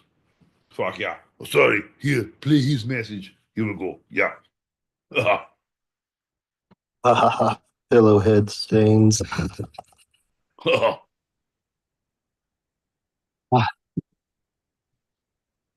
They'd be like orange and stuff. Ugh.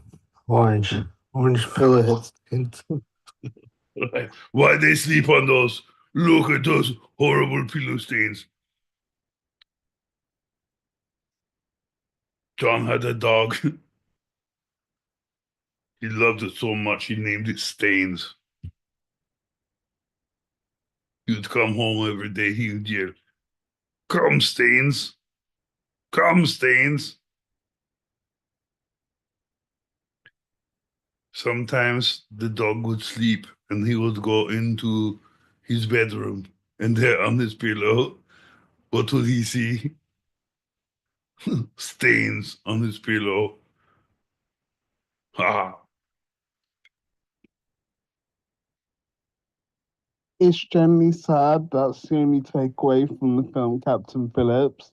And it's the Somalian pirate boarding the plane, boarding the ship, and being like, "I am the captain now." That's the only takeaway.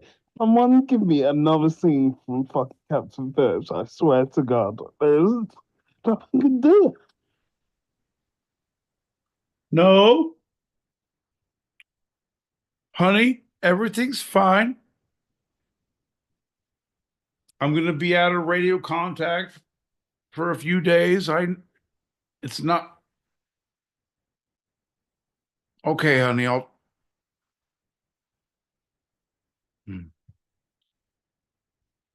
I love you. One of the best scenes setting up when he talks to his crew about says, "Yes, we're going to be boarded by pirates, but we have all the ways to repel them. We have the means. They do not have the will. None of them saw the movie I was in previously, where my haircut was all fucked up and I was attacking the Catholic Church. All of these guys know me from Bachelor Party, where I was splitting ludes." That's not it. Who's the captain now? God damn it, he's right. We don't know anything.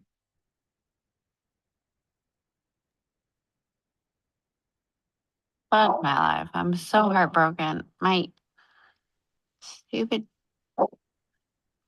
beautiful, beloved dogs. They're so large and they're so in charge and they're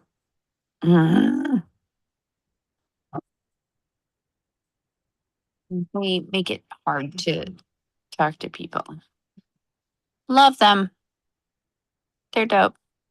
But you, I can't talk to peeps.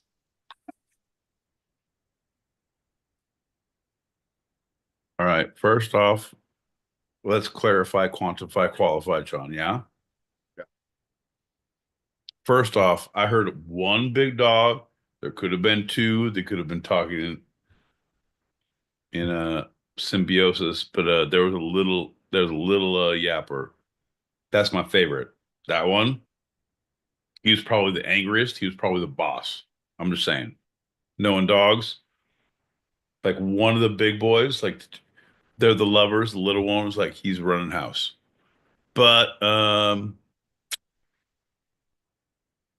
yeah, those more people I meet, man. Specifically, aggressively, more people I meet, more I love animals. I want to get an animal.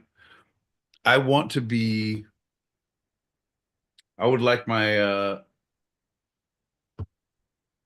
once I die, I want my remains scattered across a wild animal park.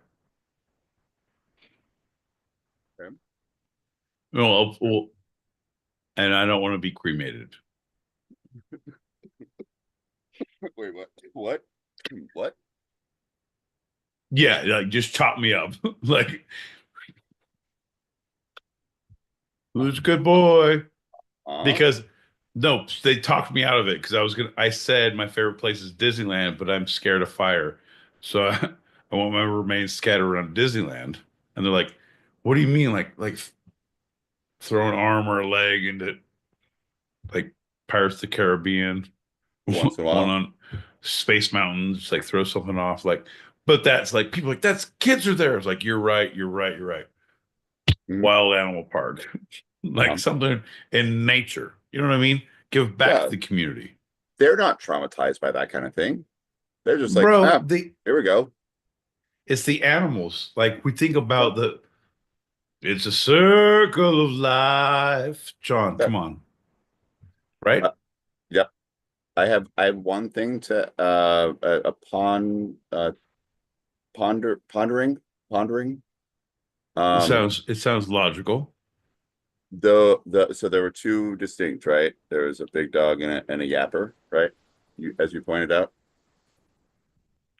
Oh, yeah. In the previous message. Yeah. Yes, in the previous message. I almost feel that those barks happen to be very similar, if not identical. The large one over and over again, and the yapper over and over again. But because there were the two of them going back and forth, it broke it up.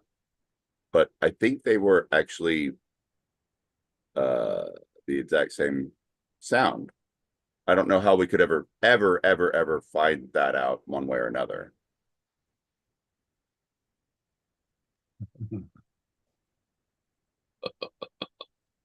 Ladies and gentlemen, boys and girls, children of all ages, now's the time on the Two-Sided Podcast where you see John lose touch with reality. Hey, man, I'm pretty sure this chick somehow cloned her one dog's voice into different octaves, and they're the same dog. We don't know how to prove it, and they're all come at us. Fake dog news.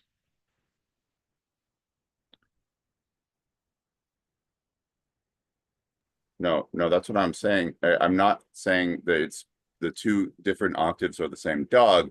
I'm saying that the sound from the higher octave and the lower octave, those sounds effectively are the same sound over and over again.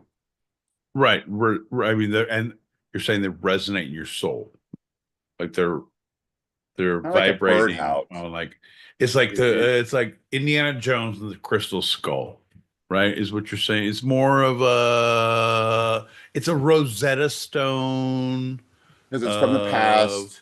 Yeah, stupidity. Yeah, no, I'm with you, 100%, bro. Yeah. From the canine community. Oh my God, Caesar Milan is going to flip when he hears this pitch. John, we are gonna make a goddamn mint. Everybody, nobody can talk about this. This is our baby. Don't take our idea. It's Dog Psychics with John L. Peacock and my boy Pete. John L. Peacock is an empath, and my boy Pete is a skeptic. What happens when they meet dogs from the community who tell them the truth of society? We'll find out next week, Tuesdays, 8 p.m. Pacific, 11 p.m. Eastern. That's right, 4 a.m. Greenwich Meanwich Sandwich Time on Wednesday mornings, if you happen to be across the pond in the UK. Ain't that right, John? I don't know if the last graphic will be or the sound effect, but it should have a and have a maybe a like I was gonna say Sherlock Holmes, but we're not solving mysteries. It should be tarot cards, maybe. No, it should not be your face. Like it should be you. Like anything with you should be like looking very. Oh yes, I feel these things with these dogs. Show me, show me. I understand. Show me with no hands. Show me. Oh, I understand these dogs. Show me. I understand. Show me what these dogs are saying. Truth, John. That. Bum bum bum. No, look at me. Bum, bum, bum. Oh, that is it. Nope. Like you smile because you approve. You're not weirded out by it. You're like, yeah. You're like, yeah. It's like, do you here's the feel I want, right? Because no one can hear John L. Peacock speak. So right now we can just anyone who's on the YouTube can hear him. John, you are part of the cast. No one hears you. Do you hear the people singing the song of angry men? John, put your chest down and look at the camera, but be proud because you understand the dog's plight and you believe in their beliefs and you understand what not shaking your head. Boom! That's your fiction. That's your picture. Boom! Right there. Right? And then my boy Pete, yeah, because you're the empath and I'm the skeptic. I'm like, well, I'm not sure because I can't sing it. Well, I don't know. Doesn't matter. It's like doesn't matter. But John L. Peacock, yeah, no hands.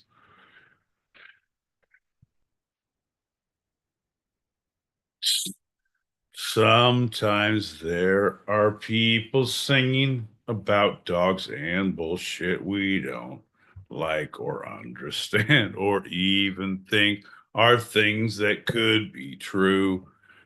So we sing in minor keys and we don't like what we do, but we resolve the chord. Fuck your couch, Sean, because we like to do what we do. Key change, boys!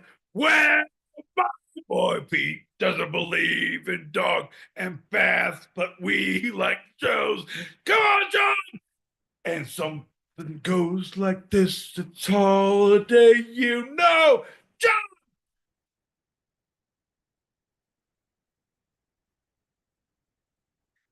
If I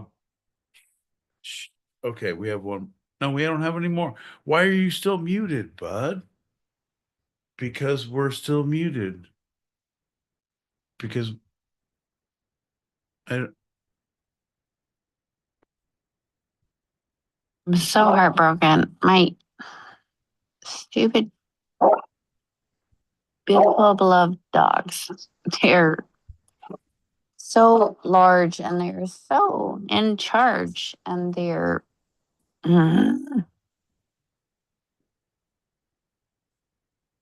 they make it hard to talk to people. Love them. They're dope. But you, I can't talk to peeps. oh shit, where's oh shit, where's Deluxe? Where's Dub? John, did you record that? No. Listen to me. Focus on me. Did you record that? I did not. Can you record that? Because you played it? Because I feel like he could put that into a fucking like a holiday Christmas dog carol. Like you remember. All right. Not at all. We're not going to do that. Who cares? No one cares. I don't care. I do care.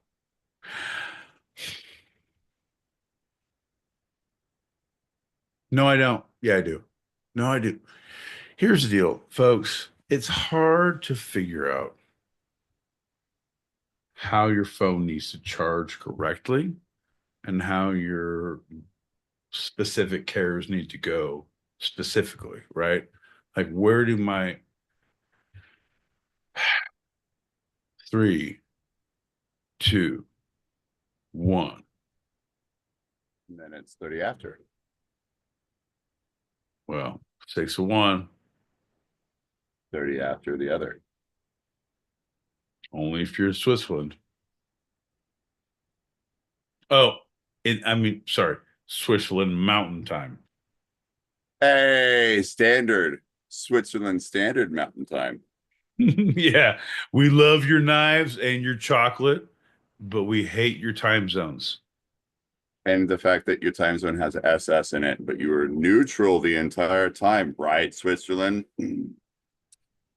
Bro, why you gotta get all political? Why can't we stick with not I was hoping you would go cuckoo clocks. I left you open for cuckoo. I know it's Germany, but you could go fucking Swiss. I took chocolate and knives, bro. I took mountain time, but why? Hey, wow. Next thing you know, you're gonna start having meetings and having jackets and shit. This is bullshit, John. 9. 9. I will not have meetings. 9. This is bullshit, John. It's 29 after, is what I was saying. 29. 28. Pink, pink, pink. Okay, you're welcome for listening, everybody.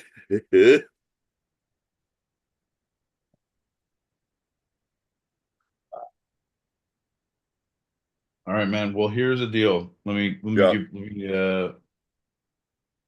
share a little joy personally from my life. All right. At this point, end of the show. I have is 12/17/24. I have 2 more days of work for the rest of the year. And then I'm off until, I don't know, 4th, 5th, 6th, something. For a hot minute till next year. Yeah. Ooh. So we're gonna do, coming up in the next week. We're every Tuesday, but it comes out, we're Christmas Eve this next week, right? So we are going to pop online. We're not doing a whole show because nobody can handle John's shit for the holidays, right? Everybody show up in your goddamn sweaters. Everybody show up in your best fuck your couch gear. You know what time it is. John and I are going to be here for a hot minute. We're going to give some well wishes. John's going to read some holiday headlines for some semblance of normalcy, some bullshit, but we will be here for a hot minute. But let's all be specifically adults. There's no reason for us to be here for New Year's Eve, right? I have saved up all year for this night with the bail money that I can get out of any situation that I specifically intend to get into. I did the research. State of California, 10% of any bail, like, if it's not intent, okay, well, if they see this as intent. Jesus Christ, John. All right, fair enough. Oh, no. Also, who just entered our YouTube's my boy Pete? Doesn't matter, man. I'm gonna go to a church New Year's party now because everyone's seen this. That's how we get away with it. Oh, it's Mona Lisa. It's no big deal. Freaking fantastic person. Only the biggest deal. Always. Everybody, always great to see Mona Lisa. John, we should. No, she comes in at the worst times. But also, there's someone who just left a message that maybe we should listen to it.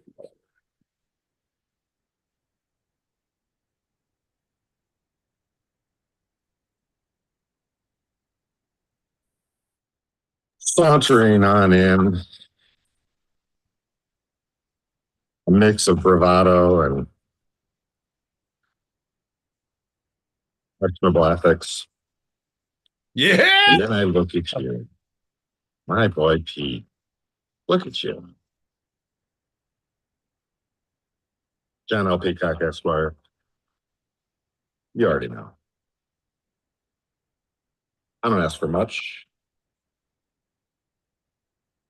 One more shot, though. My music, don't worry about it. Let it play. Let it go.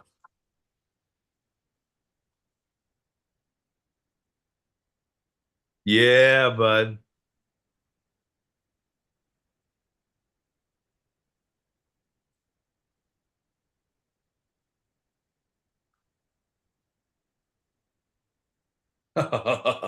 Oh, yeah. Gee, bus. Dub. Love you, brother.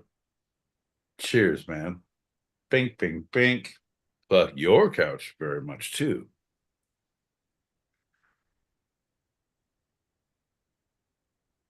You're welcome for listening. 2.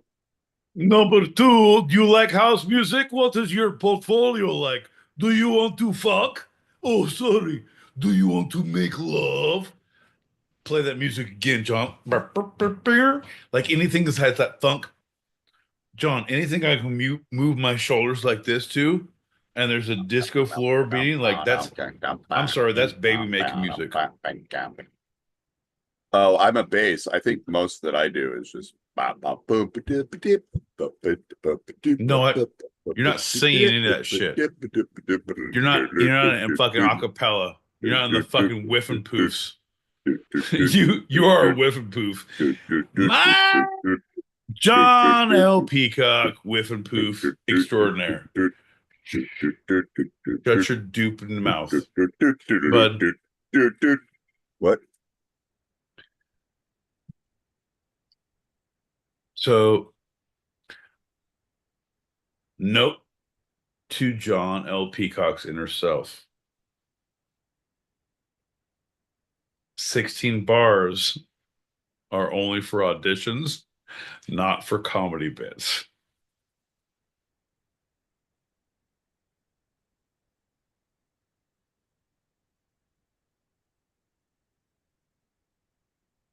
$11:30 and two-sided Tuesdays. Fuck you, couch, John. Well, here's the deal, folks. Sometimes, right? No, it's so weird because the later it gets, the more real we become, the less you stop asking questions. It just becomes a little easier. John, it feels like the holiday spirit fills us all. We ask ourselves these holiday times, we ask ourselves, John, what we say to ourselves, John, what we say, John. What do I want my stocking filled with this holiday? What do I hope to wake up with in my literal and or proverbial stocking? Because a lot of us at this point, John, a lot of us drink wild turkey on Thanksgiving. We drink brandy and eggnog in bathrobes, smoke some bomb ass weed that we got the day before, watch Christmas movies by ourselves while we eat fucking takeout. Right? Other of us go to big families and celebrate with people we're not connected with. Other of us goes to family or friends, the Friendsgiving, the group connection. You have other people who do 5 or 6 over 3 weekends, right? Christmas, right? Yeah, we'd move on to Christmas, right? Yeah. Well, okay, here's just the making deal, sure. John. I thought I was following you, but keep I don't going. believe Yeah. in holiday spirit. I still haven't gotten past St. Patrick's Day. I believe I puked up my soul and my sense of time in an alley in Southern California on St. Patty's, and I'm not going to catch it back until the next go round. So right now it's all a blur. All right, man. We look good because there's a couple of statues in Southern California that are really looking terrible these days. Dude, here's the deal. Let me tell you this. Statues. Here's a fun thing, right? Okay. People are like, oh, I want to be remembered. Like, you look at graveyards and there's like, oh, here's your stone. Like, what is your thing? And do you have a good headstone? Is it one of those you're just on the ground and you have the good thing with the picture? Like, is it a thing? Is it a monument? Are you in a mausoleum? Right? Like, I'm not trying to fuck with that. I'm not trying to get that, pay that money. What I'm thinking, right? I'm thinking we do within the think tank, we get investors, we get enough people, right? Here's the foundation, here's whatever, and we make enough money for a living monument that is a giant statue somewhere in a park that, oh yeah, we did the thing and it's built on a thing and it's like, oh, flowers come out of his asshole and like 17 shots and like here's it's like the Last Supper but with like, nope, that's not it. But it's like it is a toy where like baby Weasel-Lot where you put her downward and she start peeing. Nope. But it is 17 feet tall. Okay. It's not nothing. There's no moving parts, so nothing can be broken. It is just a living monument. It is the statue that we desecrated on St. Patrick's Day many years ago and took pictures of in front of a library. Allegedly. From the founding fathers, allegedly, of a it's town. Kind of like it's like the Gonzo. It's that. No, but it's that. Yeah, it's that. But instead of just a whole solid thing, there's a bunch of fucking holes in it, and there's soil, and there's things that are just growing out of it. Oh, just kind of it's like a chia pet of people. Okay, I thought it was a thing that like did stuff when people were around. Nope. It's a grouping of people. It's a conglomeration of the investors of the think tank who we buy a plot of land and turn it into a park and put a trust fund that has, oh yeah, they've paid the rent on this property for the next 100 years, and this statue is here, and they've paid the upkeep of this statue for whatever. Like, oh, it's a company that is $100 and they mow the lawn on this little plot, right? With a fucking fuck your couch statue. We have a board of directors, John. It'll be let down from my non-claimed children to your. Down with that, but the statue itself you keep on focusing on. But what I was really interested in is when you revealed that the holes in the statue were actually the living part of it, that trees or some kind of bush or some kind of like nature would grow out of it. Yeah, no, 100%. Here's the deal. Let me key you into a little bit of knowledge, John. The Great Coral Reef is dying slowly, John, and we need to take part in building that up somewhere else, John, and that's going to be part of our pitch to the local city council. And John, that's why I'm going to be the comptroller. It's all part of the big plan. Once I get the city council position, fucking, we are a shoo-in for this landmass that I'm going to purchase. We're going to put a giant statue of all of us. Fuck your couch. We're growing succulents out of our buttholes. You can't touch us. There's a fucking maintenance guy clipping and trimming. Man, it's going to be brilliant. We will live on forever, at least 100 years. And our succulents will be cut from our buttholes. And everyone will be taking them home to grow them in their yards. And think of our names. great gratitude. Butthole plants. Two-sided. Every Tuesday. 8 p.m. Pacific, 11 p.m. Eastern. 4 a.m. Greenwich Mean Standard Time. If you're across the pond. For at least 100 years. If we get the land plot. Thanks, bud. Don't cut me off before I spout greatness. No, you're fine. The greatest thing was you could barely remember what we were talking about in the moment from sentence to sentence, but you somehow brought back. How can you say that? You think I can't? Like, you think that because I'm because my eyes are wandering? John, I'm stunned because no one has thought of this, that I am saying these words that, yeah. You think that I'm searching for things, John? I can say all these things. You think that this is all unplanned? You think that I'm stunned that I have done the things that I've done, that I've said the things that I've said, John? I'm a juggernaut. I'm a virtual keg. I am what the Wile E. Coyote. You're totally right. I search. I am the Wile E. Coyote. Yeah, Cody. I am an acne. I'm an acme. God damn it. Childhood was rough. I'm an acme. Powder keg. You guys, you don't even know. You're welcome for listening. My friend and yours, John L. Peacock, has a few more things to say. We're going to play one more message. Then we're going to get out.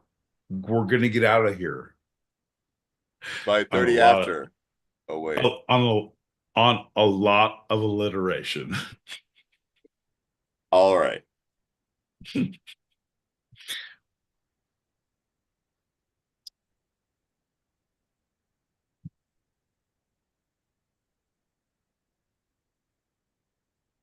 No. Turns out I hit the wrong button. I just tried to follow Dub. It's like, no, man, I don't want to follow him. I just want to play his message. You know what I mean? Things give me pleasure, like that life draining from John L. Peacock's eyes as he stares off into the middle distance. My boy Pete ranting, raving, shaking his fist at the clouds, looping back on himself again like an Ouroboros. Few things. And for that, I'm grateful. Happy holidays. My man.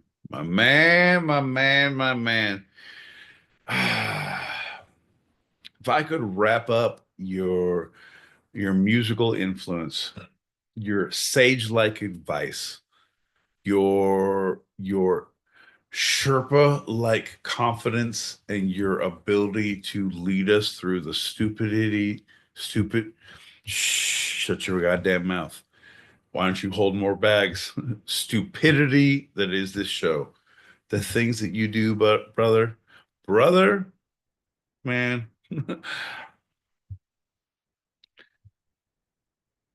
It's a literal hold more bags, not a stupidity that is this show. The things that you do, but brother, try and come down your chimney. It's a literal hold more bags, not a stupidity that is this show. The things that you do, but brother, try and come down your chimney. Fair enough. One more. It's a literal hold more bags, not a stupidity that is this show. The things that you do, brother, try and come down your chimney. Fair enough. One more. It's a literal hold more bags. I mean, stupidity. I'm good for 15. The things that you do, brother, try and come down your chimney. Fair enough. One more. It's a literal Yeah, thing. he's got Facts. come I back. mean, I I'm mean, good for I'm good 15. for 15 Love minutes of things work. new.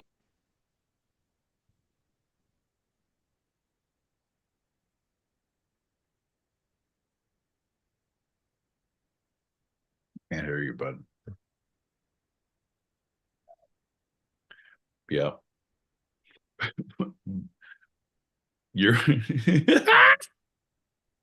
okay. So can I tell you, folks, here's a little backstage goss, little hot goss for you. There's two you have moved into a different realm, my friend. You are I see, but I don't see, which is amazing. There are two people in my life that I cannot see making a transition from, oh, I'm good to, oh shit, I'm hammered. Or when you're like, oh, hammered, I'm good. You are in rarefied air, my friend. You have very few tells. And my new favorite thing is to figure them out because I clock the intake, right? I'm like, bro, I'm better than you. I've seen you on your feet. I've seen you in public. Come on, man. Is it sitting down? Is it a headset? Is it a pressure on your brain that keeps it in? Like, are you not? Does it not work? Part of me is like, how am I? How is this? What is happening? But then, oh, my friend, oh, there are a couple tells like, pajit, pajit, pajit. I'm like, there he is. Ha! It's a chink in the armor. It's like smog. Smog? Smog. Smog. Are you saying Smeagol? No, when the raven crocs tries in the moonlight and the son of Thrain, son of Thrawn, king under the mountain, I have returned. The Hobbit, John. The dragon, Smog. Smog, Smaug. Oh, Smaug. Oh. Right, Smaug. Oh, man. Yeah, Smog. Smaug. Smog. Yeah, there you go. Oh, well, if you do it in the dialect. I smell. Oh, well, I'm sorry. I don't speak Elfin, John. Troll is not my normal dialect, John. Human seems underneath me, John. That one you do quite well. That and Clint Eastwood, which there's like there might be a reason for that. Is it Here's the the deal, gravel? bud. Is it the grit? Is it the true grit in your voice? I'm gonna say mainly it's it's non-filtered cigarettes. I don't smoke them, but I'm just saying those are the reasons why I talk like this. I've heard about them. No, well, the thing is, like, because everyone, because I was a smoker for so long. Yes, and you were. then, And then you no, weren't. shut your fucking. I don't give a shit about that because I was like, no, man, these are like nice filters, and I don't even touch it. I just looking like a goddamn man. Like I don't even touch them. Like look at my hands, Gina. Look at my hands.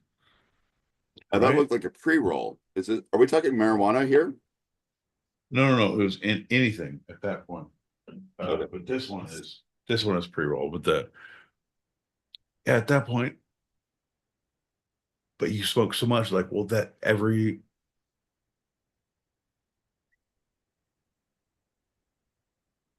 All right, you feel like you're digging people up from Sauron. Are you doing the palm thing there? What is that? Were you arrested by someone? No, I was No, John, I'm in the tapping middle of a conversation. a monologue or a conversation. Well, the thing is, I believe that I'm my own best friend, and I'm the only one who could actually. That's why. Okay, don't make any masturbation jokes about being the best sex. John, it's not No, the the time best or the conversation place. I always have is with myself. That's where I'll Right. go with that one. The best sex I always have is that's not true. That's actually I used to make that, but then I like no, it's like then you started like, all right, it's funny, but then you're like, that's so not true. Just so no, man. It's so bad. So yeah, I was just tapping the bowl into my hand and it burnt me. So I had to wipe it What real was quick that? and throw it into the trash. And that's what I was showing you. I burnt myself slightly. So that's perfect, folks. What you're going to see here in the next few minutes is John L. Peacock's trash can erupting into flames. Have you ever seen a Christmas tree catch on fire? Well, Yes. imagine what bedroom padding can do. Because when that shit ignites, John L. Peacock is going to go up in flames. Yeah, I would actually check, but I know I don't need to because the reason why I know it's good is that I completely snuffed it out by burning my hand. Right here, I'm sure that's where I pulled that. All right. Show me on the doll where the angel touched you. Next time on Touched by an Angel, John L. Peacock reveals his hand wounds. This Commissioner, fucking guy. buddy. Commissioner. Man, every time I spend a holiday with you, I remember why I should never do any holiday crimes or capers with you. We should just exchange gifts like normal people and don't try to pull any heists. See, you're much more cognizant than you let on. Much more. I'm catching you, buddy. Bro, I know. The thing is, I've got the holiday spirit. I've got the bug. I don't know. You're calling what you're buying over there, but we call it the holiday spirit over here. We don't want the financials. We just want the holiday spirit. No, oh, baby. Give me 2 grams of that holiday spirit, they say to me. That's a joke. Don't worry, I'm commissioner of what? Doesn't matter. Season. And my boy Pete says he's all about the broad strokes instead of the snipering. He's right. He is always able to bring back the really big, long-winded callbacks. But what a sentence before? He's like Memento, baby. Bro. No. Hey man, like you were right on until you said he's like Memento. No, man. Have you ever sat down in a beautiful cathedral and listened to a symphony? Have you ever gone into a dingy back alley and gone to a jazz dive bar, right? Have you ever gone to a ballet? Have you ever been to an improv theater class performance? Have you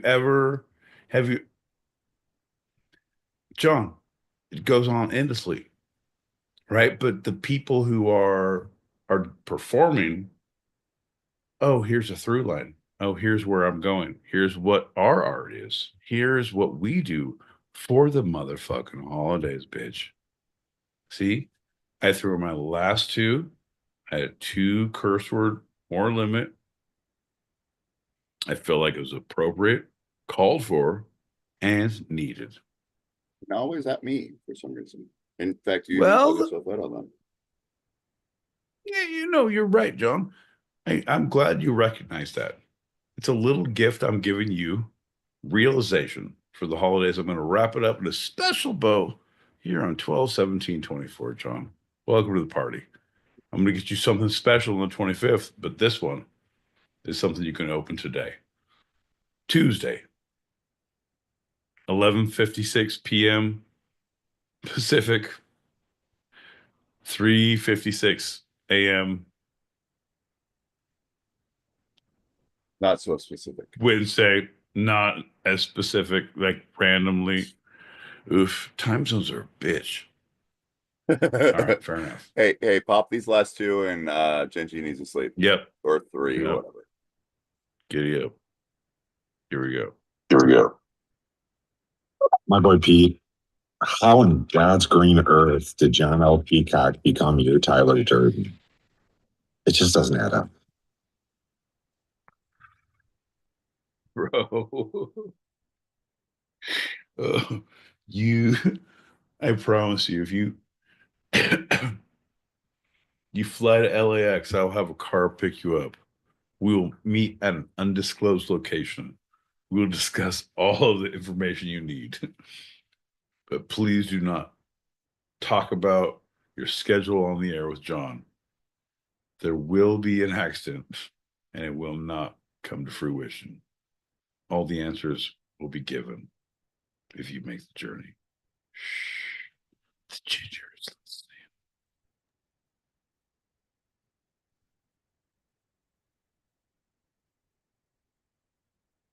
listening. 28 years of life. I think Touchline Angel started in like 99 or something. I'll have to research it. But say about what, 20 years? Say 20 years of Touchline Angel. I never put that correlation together.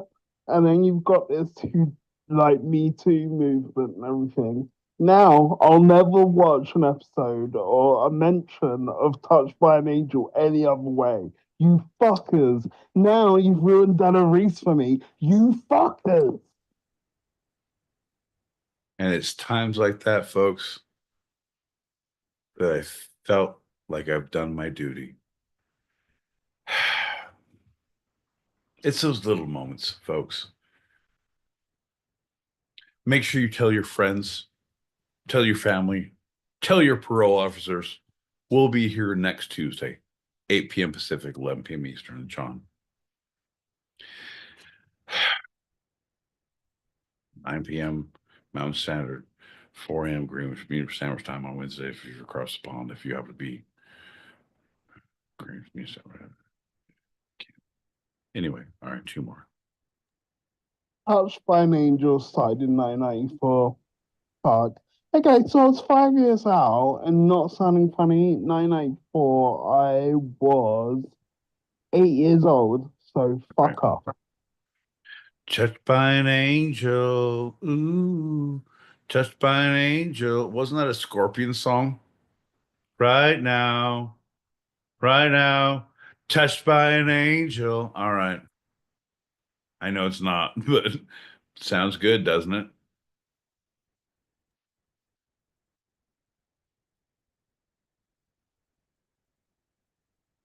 My boy Pete says that he's done his duty. He's done his duty. He's done his duty. And you know what? As one who can say with authority, you've done your duty, my boy Pete, and your duty is done. You made his charge. Do I get a hustle sticker or a biscuit? A lollipop? No, we call it a lolly, John. Do I get a lolly, John? I've done my duty. I can't even. It's so, man.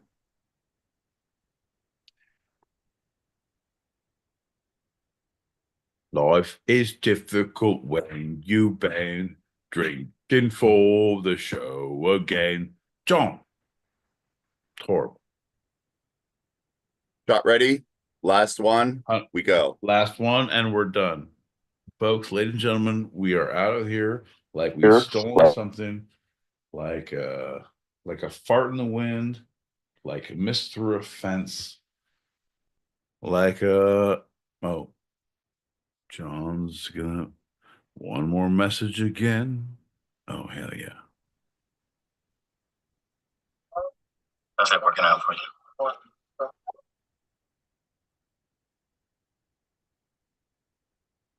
Yeah. Yeah. So clever with the. How's that working out for you?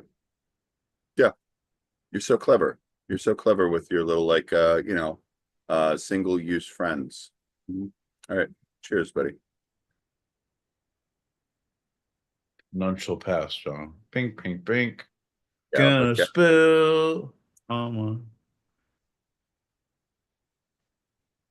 Ooh. Ooh. Bye, everybody. Been real. It's been surreal. This fucking guy. Check and deuces. Thanks, everybody. See you next week.